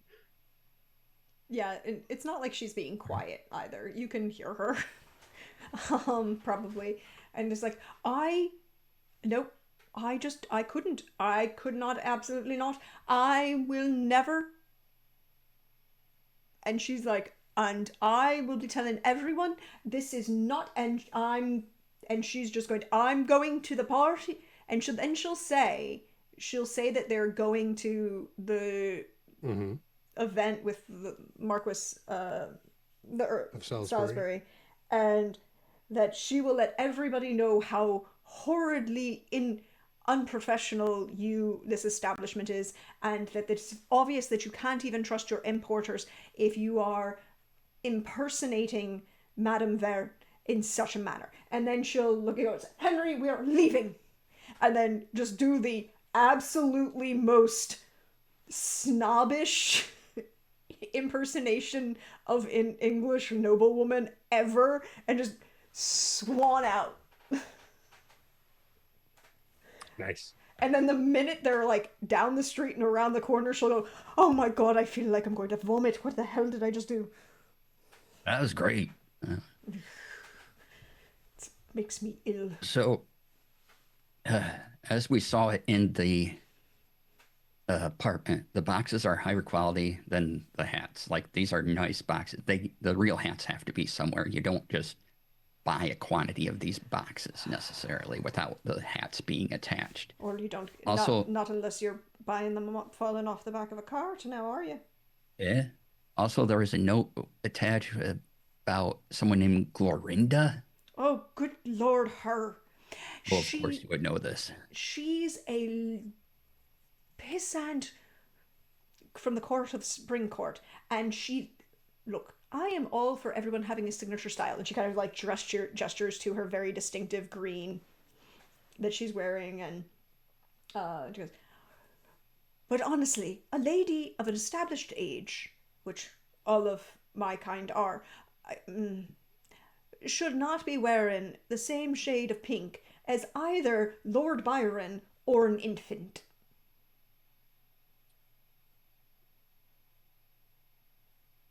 Indeed. You hear And coming oh, from Beetle, which is now on your left shoulder. Beadle, ah, this is Mr. Henry. Mr.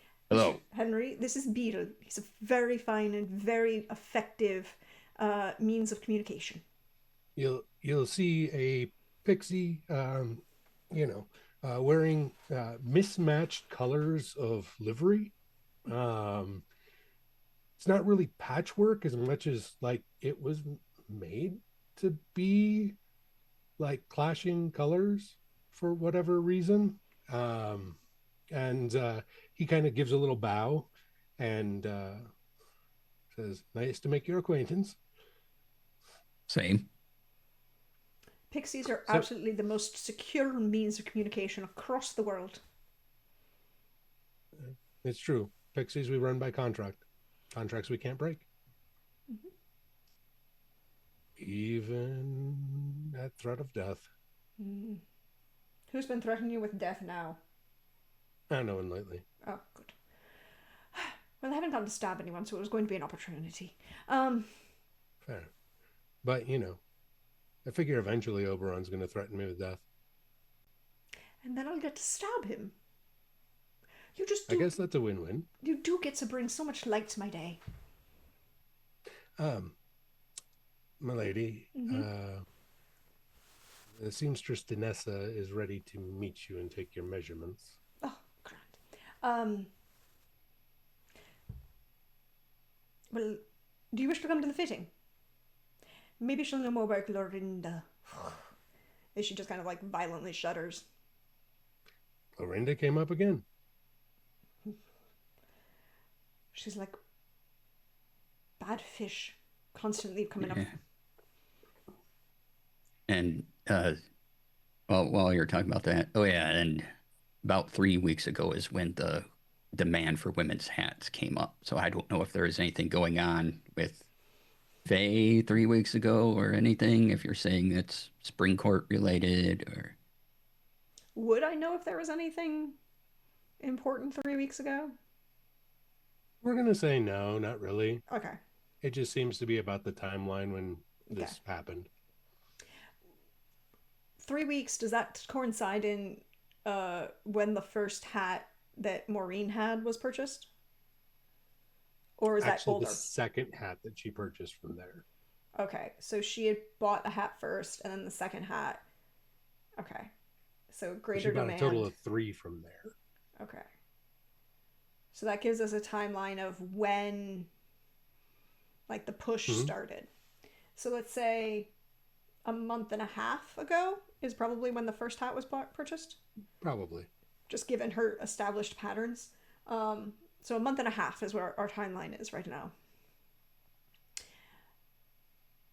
So let's go get all fancy dolled up and see if Danessa has any opinions on that vomit pink monstrosity.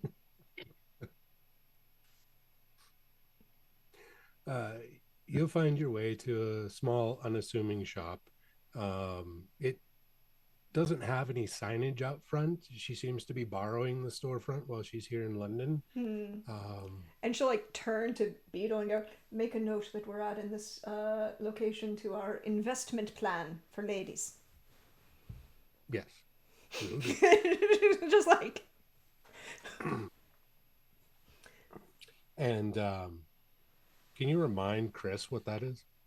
uh, when we started, when we left off, and we said we wanted to have start investing in the youth Oh, yes. in the city, and then specifically women's business models. Mm-hmm. And that's one of Yes, the yes. ways in which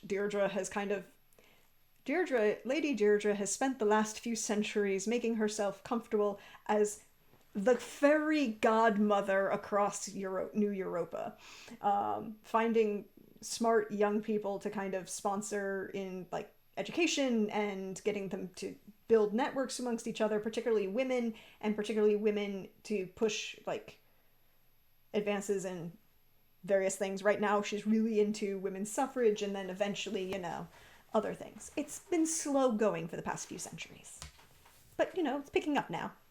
There are Yeah, people who are willing absolutely. to invest in the betterment of young ladies. Mm-hmm. For sure.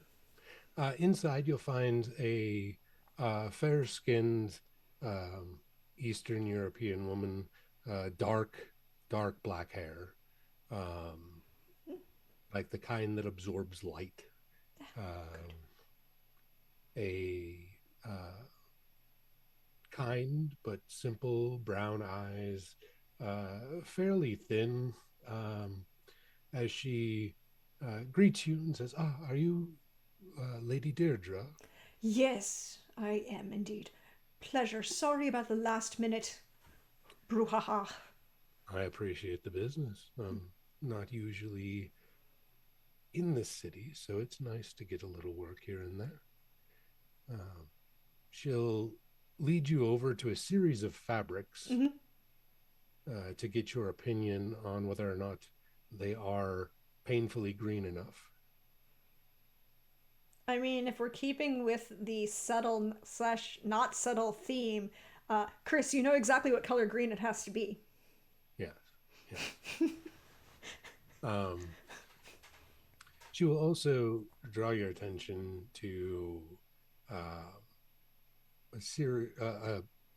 a pile almost of um, pristine peacock feathers. She says that she can work this in there as well if you would like other cool colors to accentuate. Mm, Um, I like the idea, but I have a brand. Um, that's fair. Also, we're going to Henry. What's his name again? I just call him the asshole. Costco Salisbury. No, wait. Oh, Um, yeah, Gascon Cecil, Lord Marquis of Salisbury. Yeah. yes, him. You know, shoving a bunch of Irish republicanism in his face is always a pleasure. Indeed. Um, she seems to agree with you without knowing what she's agreeing to. You can Mm-hmm. pick up on that. Like she's just being very agreeable.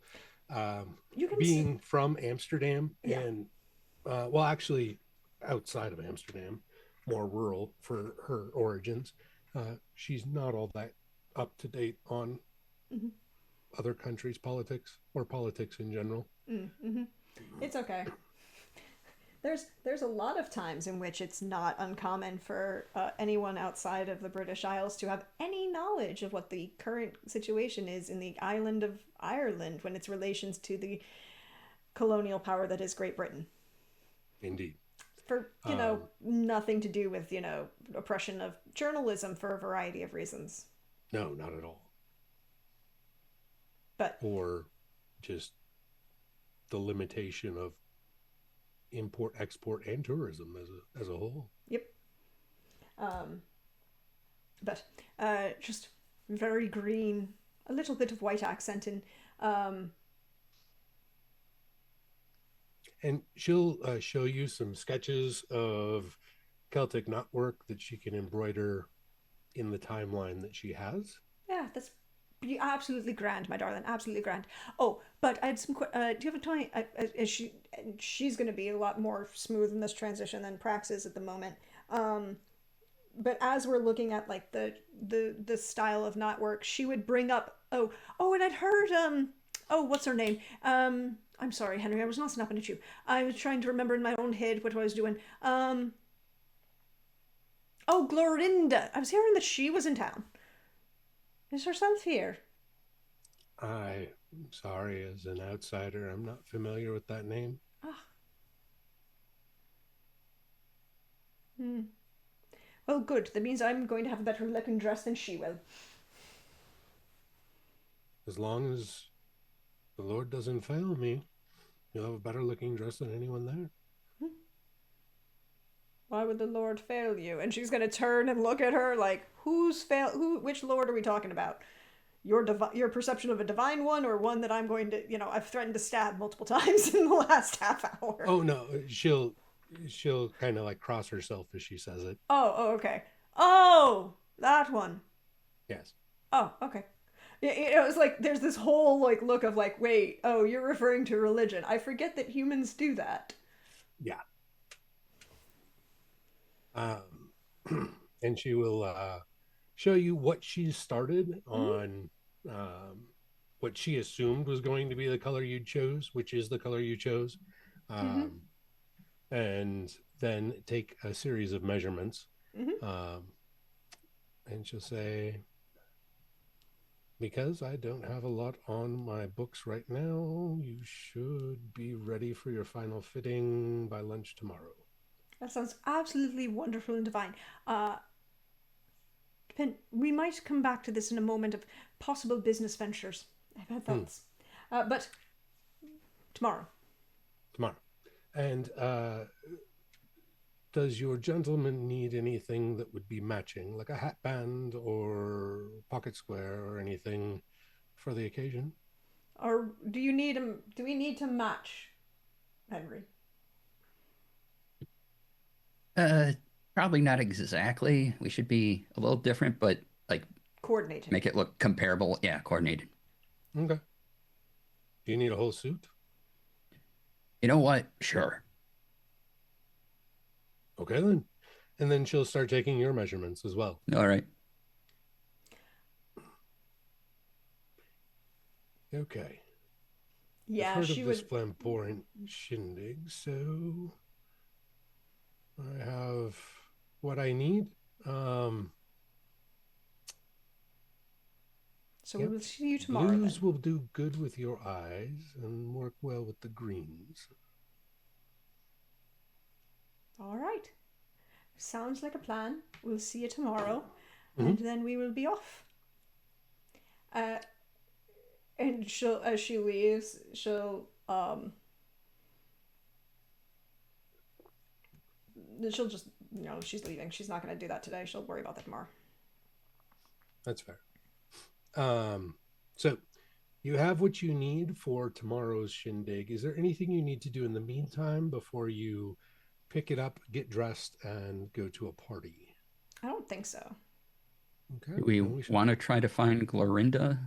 Well, we know Glorinda's going to be at the ball. Oh, Glorinda's going to be at the ball. Okay. Yeah. Glorinda is going to be at the ball is one of the reasons we're... Anything that you want to... was there anything additionally that you wanted to look at in regards to the books or any of the other pieces? Just want to touch all the bases before we move forward, timeline-wise. Actually, I'm going to do a thing. I'm going to go ahead and spend one of those crits. Okay. To do a quick look through of the book, the research, to see if there was any particular Fae themes that perhaps she pissed off the wrong person by going too far in the wrong direction of research. Asking the wrong question. Yeah, so you'll find the biggest pattern amongst them, honestly, is that there is a clear focus amongst all of these books, including the folklore, on Fae curses. Um, and she, in her notes, she had started to make connections between various curses that were related to either beauty or jealousy or some sort of station of prominent women. Oh, there we are. And she'd turn and And point that out, like, as the overarching theme. uh, So, you'll find a reference to a, um, I guess, what would it be? Roman, maybe even predating Roman, uh, name for a, basically one of the aliases of Glorinda. That vomit pink lady. She's had horrible taste for centuries. Millennia, even. Mm-hmm. She sounds like a Proserpina. Except not, because Proserpina is cool. One of the Roman nymphs Mm-hmm. would be my bet.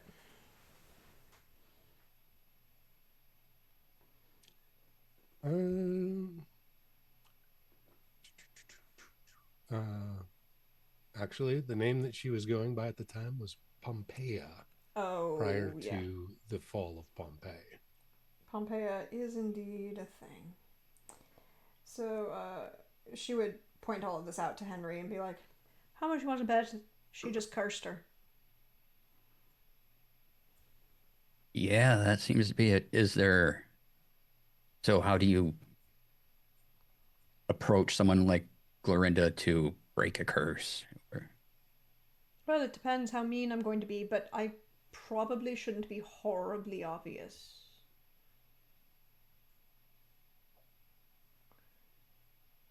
You get us into the party because you're the high society personage. We'll let you do that work. And then when we get there, we'll see what her reaction is when I walk through the door. And if it's all not right. the right one, and if it has the right probable reaction, then she'll probably either attempt to confront me or run away. Is there anything I should be aware of, prepared for, not look at, see, smell, Uh, accept? ooh, all of these are true. Um, I know generally how to protect against variety of glamours. Um, if you have any iron that you're willing to carry on your person, that please don't get anywhere close to me and don't touch it to me. Uh, yeah, I can probably get some. Sure, I have some collection, something in my collection that's Oh, iron of course. or something. Being the eclectic noble that you are, you actually have in your possession, it is a small pin, about 2 inches by 3/4 of an inch. It is a stylized cross made of actual cold iron. All right, I'll take that and I'll put it in my pocket, and want my pocket or inside vest pocket. It's believe you picked it up in Eastern Europa, um, as it was sold to you as a protection against vampires. All right. Well, that's just mean. Vampires are just fae who happen to have a problem. Regardless, a small cold iron cross will do the trick. This is true. Doesn't matter who the fae is. It doesn't matter that it's a cross either. Uh, Yep. And I think she would also warn, don't take any food from her, try not to make eye contact for long periods of time. That can be difficult. And wear gloves so, she can't just touch your skin. Covering, Oh, like, I have some great gloves. covering the basics that she would want. And then I think she's gonna, that would be, I think, pretty much all of the warnings that she would need to do. and then we would be ready to go to a ball and confront a fashion disaster. Mm-hmm. A very jealous fashion disaster. Mm-hmm. All right. So, do you guys arrive on time, slightly after, or fashionably late?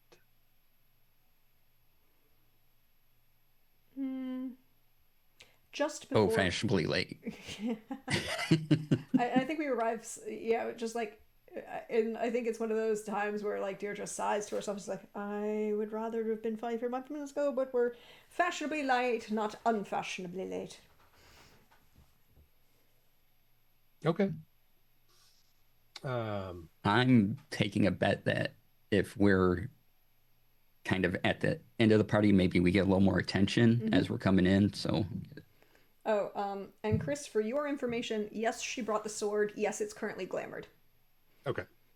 I assumed as much, but But I like to give you those statements. I appreciate that, so I don't have to question it later. So, And her hair is appropriately up, so you can see her very pointed ears in this moment. good. When you arrive, you'll be greeted in a pretty standard fashion. There are servants that will help you out of the carriage. They will take any of your outerwear at the door and store it appropriately.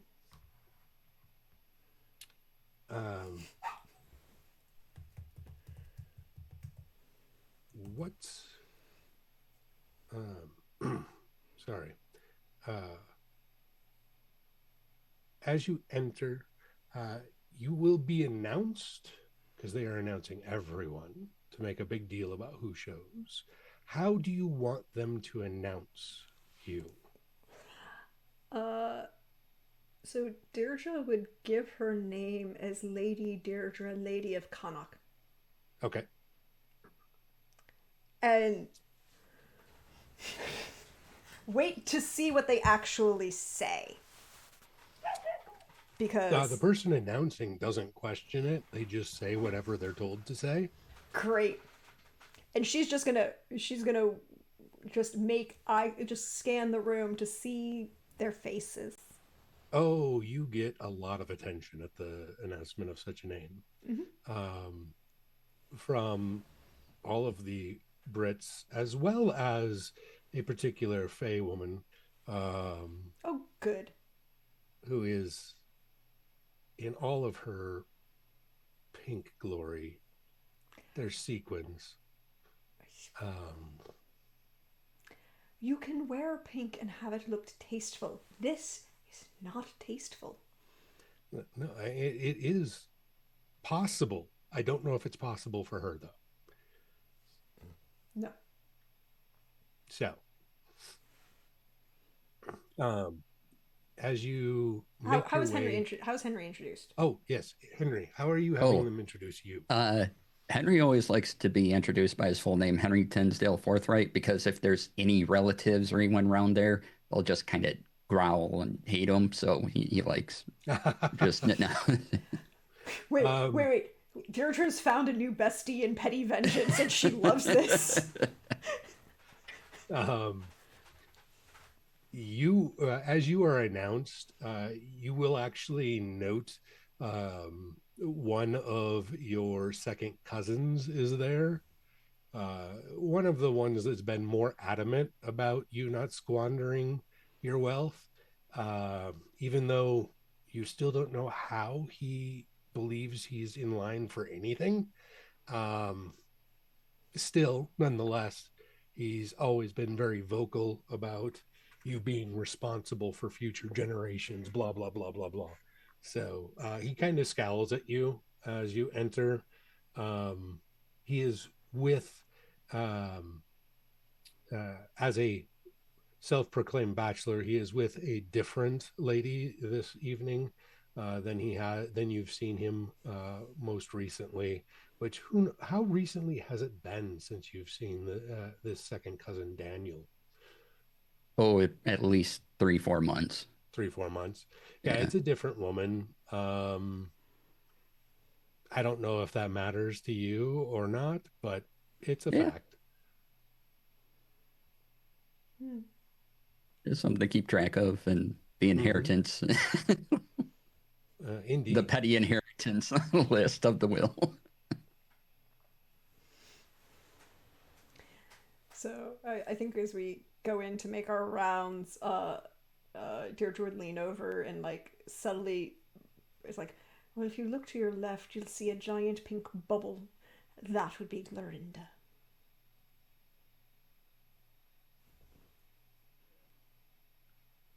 And yes, there she is. Lots of chiffon, lots of sequins, lots of um, gaudy jewelry. Um, One must ask, has she gotten rid of that hoop skirt and has she joined the more fashionable silhouettes yet? Watching.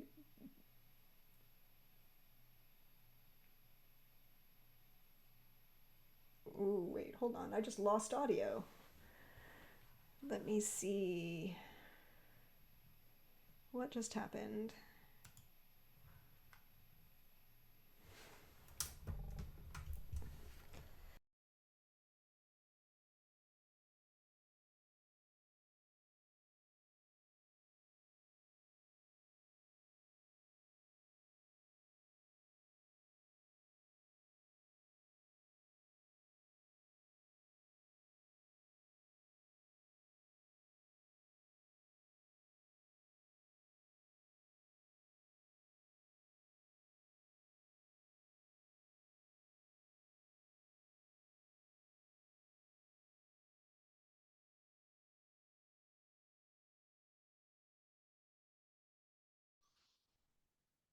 Okay. Making I some great progress. I think I think we're back.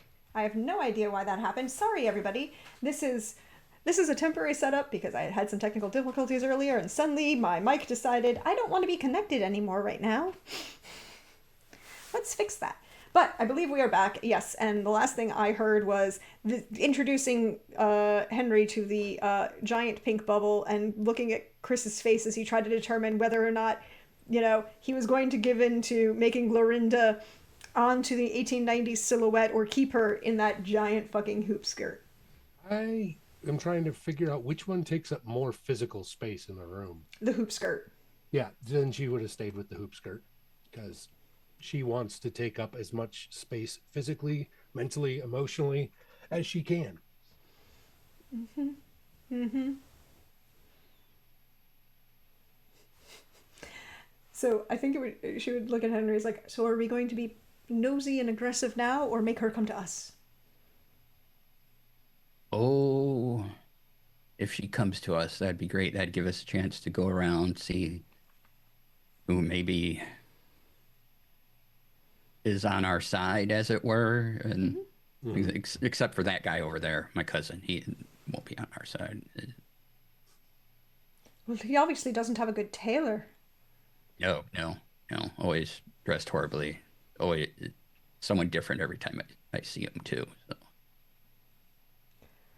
probably poor relationship skills. I don't. Well, All that's of the above. Why not?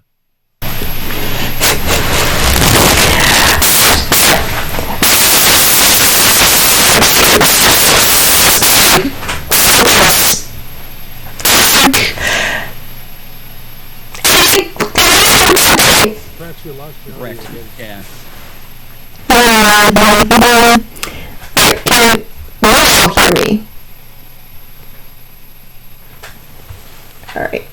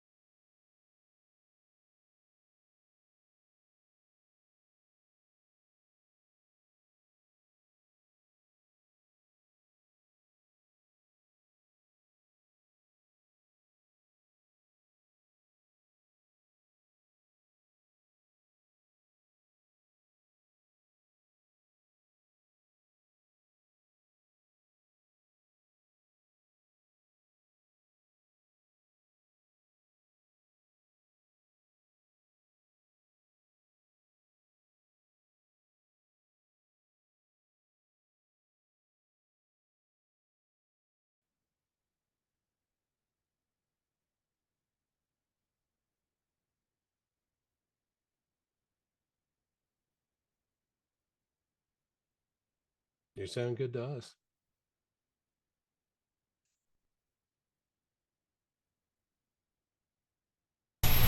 So if you could go ahead and just speak, I can see if it's okay on my end.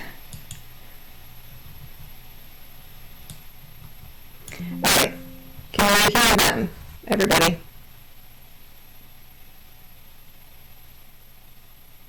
Chris, can you talk? Sure.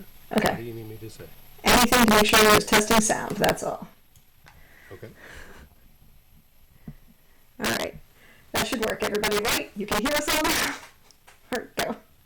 You got a little bit of an echo now. Yeah, it sounds like your audio still come through the speaker.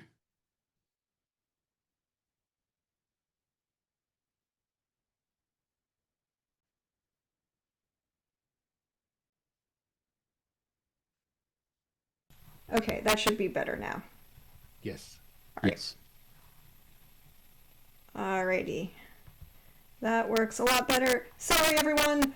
Technical difficulties in the live. Live is aggressively coming after us. All right. So, Clorinda has shown up and introduced herself to Henry directly, purposely and petty, and trying to be petty and ignoring Lady Deirdre, other than a curt nod.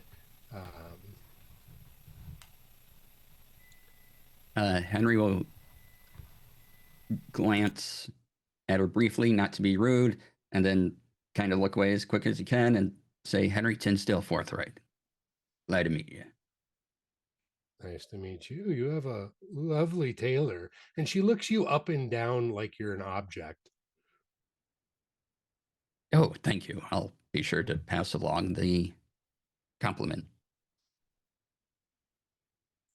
So, what brings, and she turns finally to look Deirdre in the eye, what brings you here?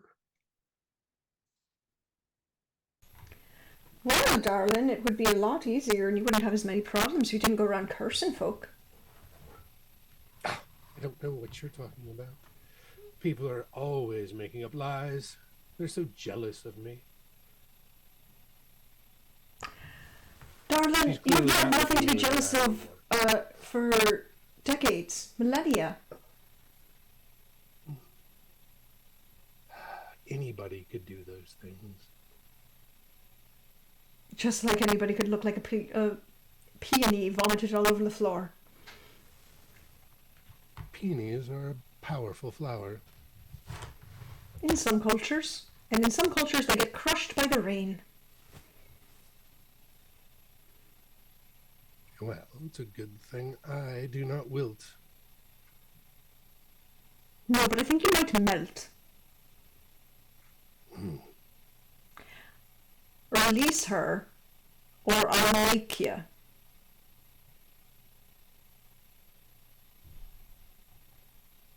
What does it matter to you? Really twofold. One, you really should not be going around cursing folk in general, and it makes just me feel good in my little soul to make you not do so. And number two, you're only doing so because she's smart enough to figure out your bullshit. Some secrets should remain secrets to only a few, and not to any mortals. They don't need to know these things. If you didn't want to stay a secret, darling, if you wanted to stay a secret, you should have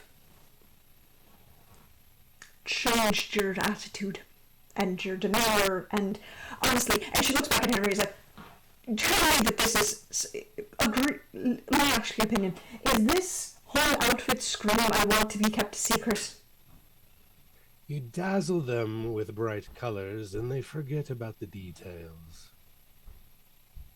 No, I remember all the details, Glorinda.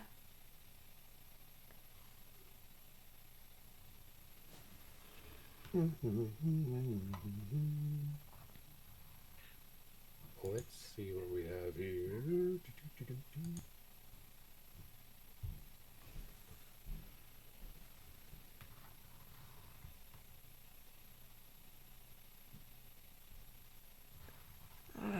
just lost it again. I just lost you all again. All right, let's... I got it.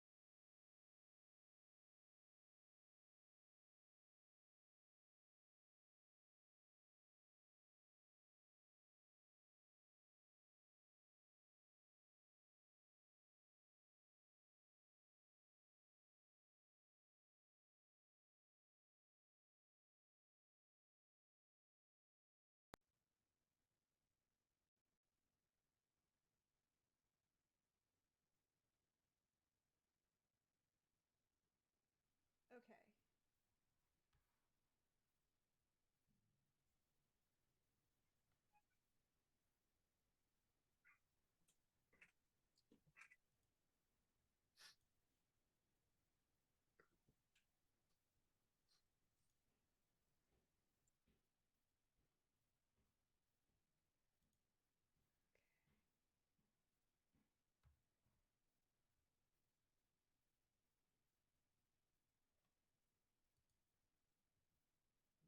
Okay. Can you be heard? Maybe, possibly. I can hear you. Can you hear me? Yes, we can. I am so sorry, everybody. Let me fix on this side. All right. Oh, there we go. We fixed that. All right. Yay. There we go. So, my apologies. Thanks everyone for sticking around. I'm going to try and figure out what's going on, and we're listening to Glorinda try and lie her way out of this. And she's actually going to try and use mesmerism on you. Oh. And she's going to fail miserably. I don't care what your base is.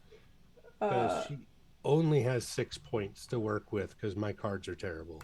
Okay. So you know exactly what she tried to do, and it did not work. Okay, which is good because Deirdre's base kindred power is excellent. Yeah. And yeah. Which is why I was like, a 6, it won't do it, but I can play 2 cards. I will play 2 cards. And they were both off suit because I had nothing of hearts or red.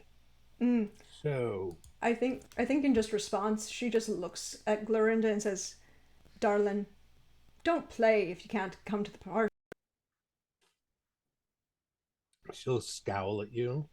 And I'm going to use glamour to make it look like she chose to leave as I deck her.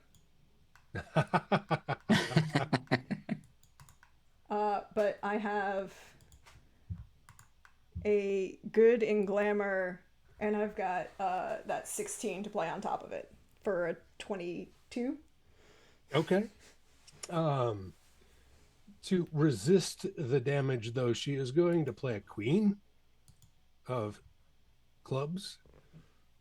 So she might get knocked down, but she doesn't take any actual like damage. Her ego's bruised more than her physical self. This is true. I just want to knock her down to get her out of here and remind her which of the two of us is inherently better. Yes, your strike was stronger than her defense, but her defense was enough to keep her from actual harm, if that makes any sense. Yeah, nope, that's fair. I'm okay with that. There's not too often that I get to actually play cards in defense of things This is fun. Um, While that's happening, and no one's really paying attention to Henry, he's Mhm. going to reach into his coat pocket and just kind of palm that iron cross just in case he needs to take it out. Oh, ooh, good. Good, good. Oh, my Lord. Um, Now we're leaving, and you're gonna let the girl go. fine.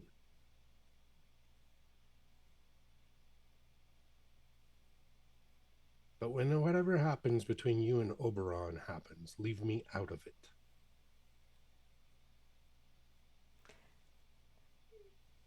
She doesn't say a word, yes or no. And she'll storm off. In, Was that a contract? Was that a done deal? Word kept? What? Sort of. She's going to do what we want. I didn't promise her anything in return.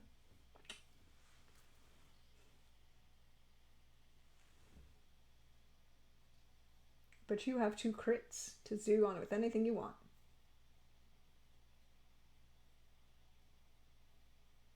mm-hmm.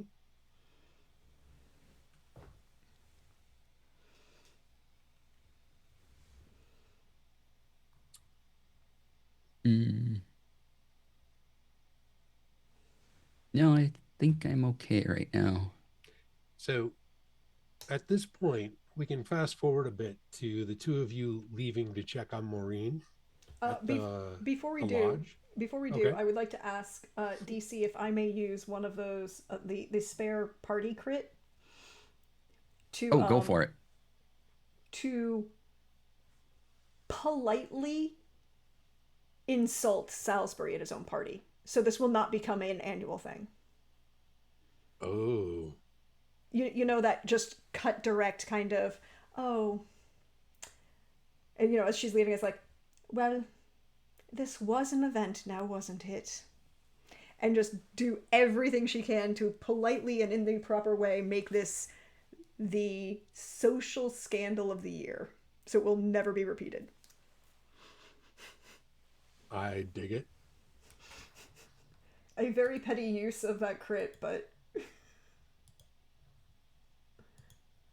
and there's still one for DC. Yep. And that is definitely time. You're right. It is societal injury. Um, but for the good of all of us. Yeah. I know how I would use this crit, but I don't. How would you like to use it? So if this hat shop decides to keep doing fakery, I want to use my crit to spread rumors about their reputation and what they're actually doing and ripping people off. Okay. I support this 1,000%. Yeah, you can basically use your connections, a crit with your connections, to put them out of business. Yeah. You have enough sway in the local economy for that, for sure. Regardless of your eccentric reputation,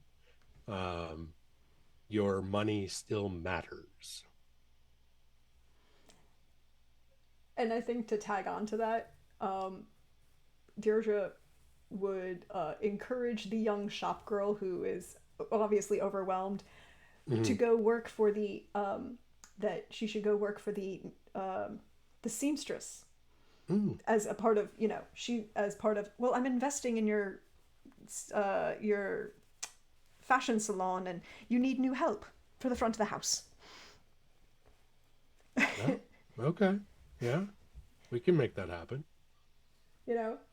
Sorry you were going to lose a job to con men for working for con men, but I got you a better one. Yeah, that's a good trade-off for her. And you will are you going to check on Lady Turner or just assume all is well since you found the basically, do you want Lady Turner to know of your involvement? Yes. Yes. Okay. And also talk to her and make sure she knows that Reginald was the one who brought the concerns. Okay. And I also want to talk to her because I want her to know that while the research is fine, perhaps she should pay more attention to who she's investigating. Yeah, she will. The lodge will let you in and take you to where they've kept Maureen under observation when things started to um, deteriorate faster than it originated, and she will greet you. She's very proper and very grateful. All the airs of someone who tries to keep up certain appearances are on display, and she will take your warning about research seriously and say, that is wise, though sometimes we learn those details later than we wish. And then she'd give her the card for Zephyrine's mother's latest academic salon. If you're ever in Paris. I appreciate that and would look forward to a holiday. Mm-hmm. She will ask each of you if you wish, or let each of you know that if you need her services in the near future, to not hesitate to ask.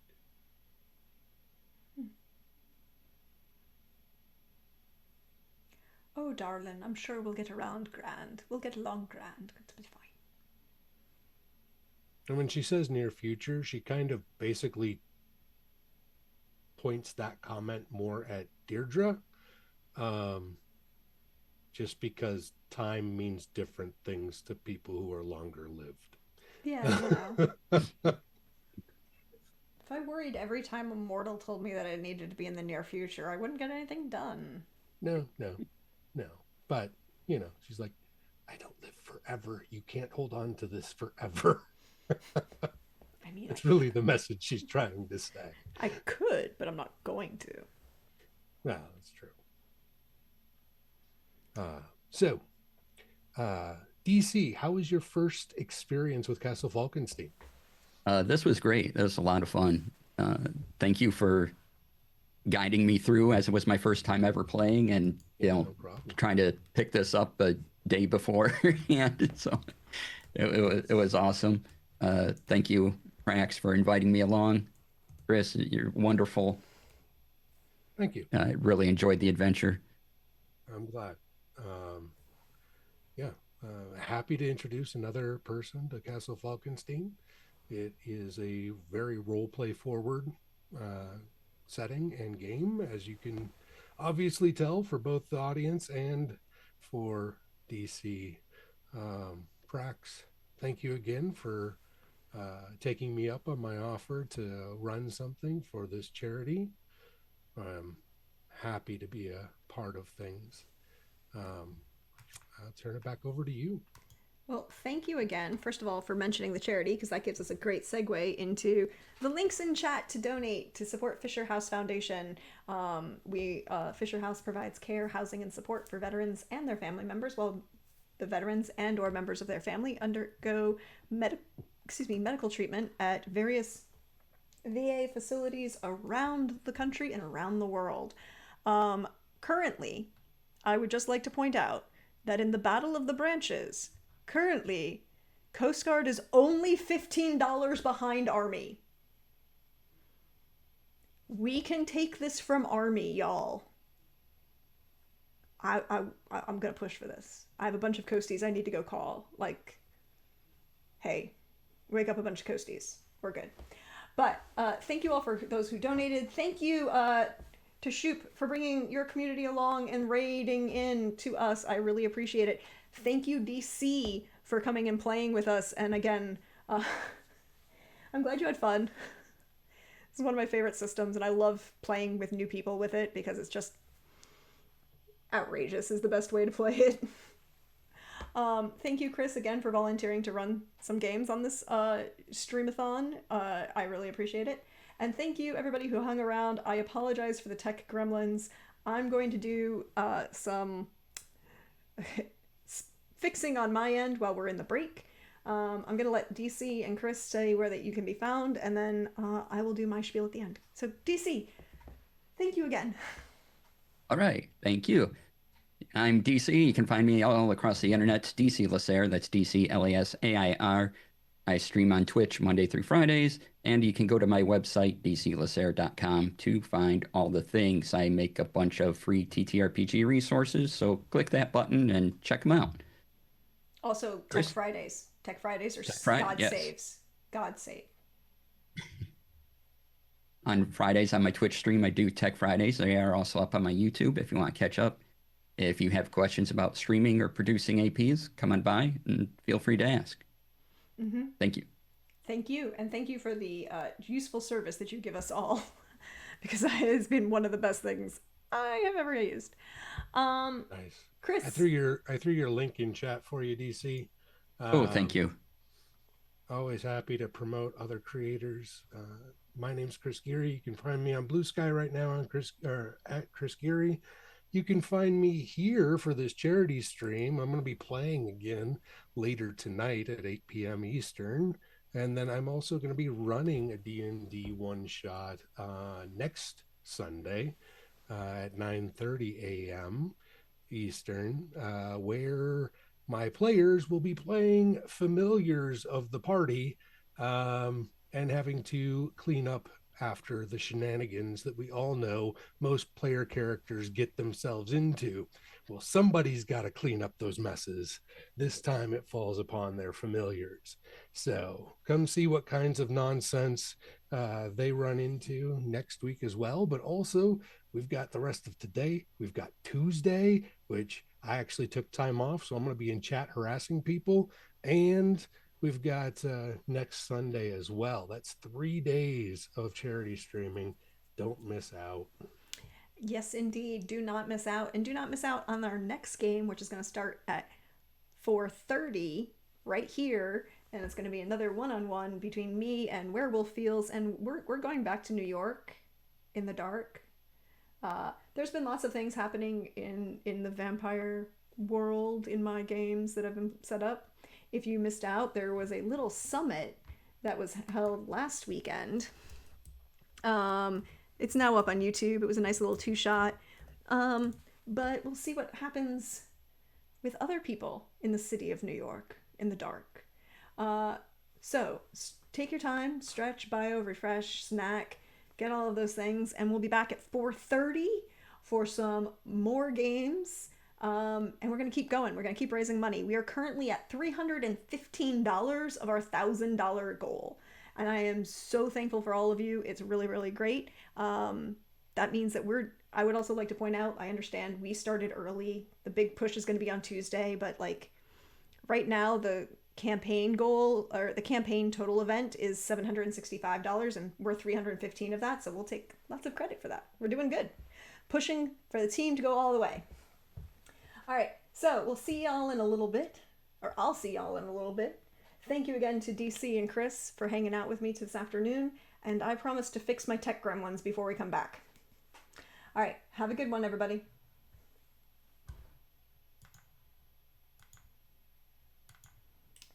You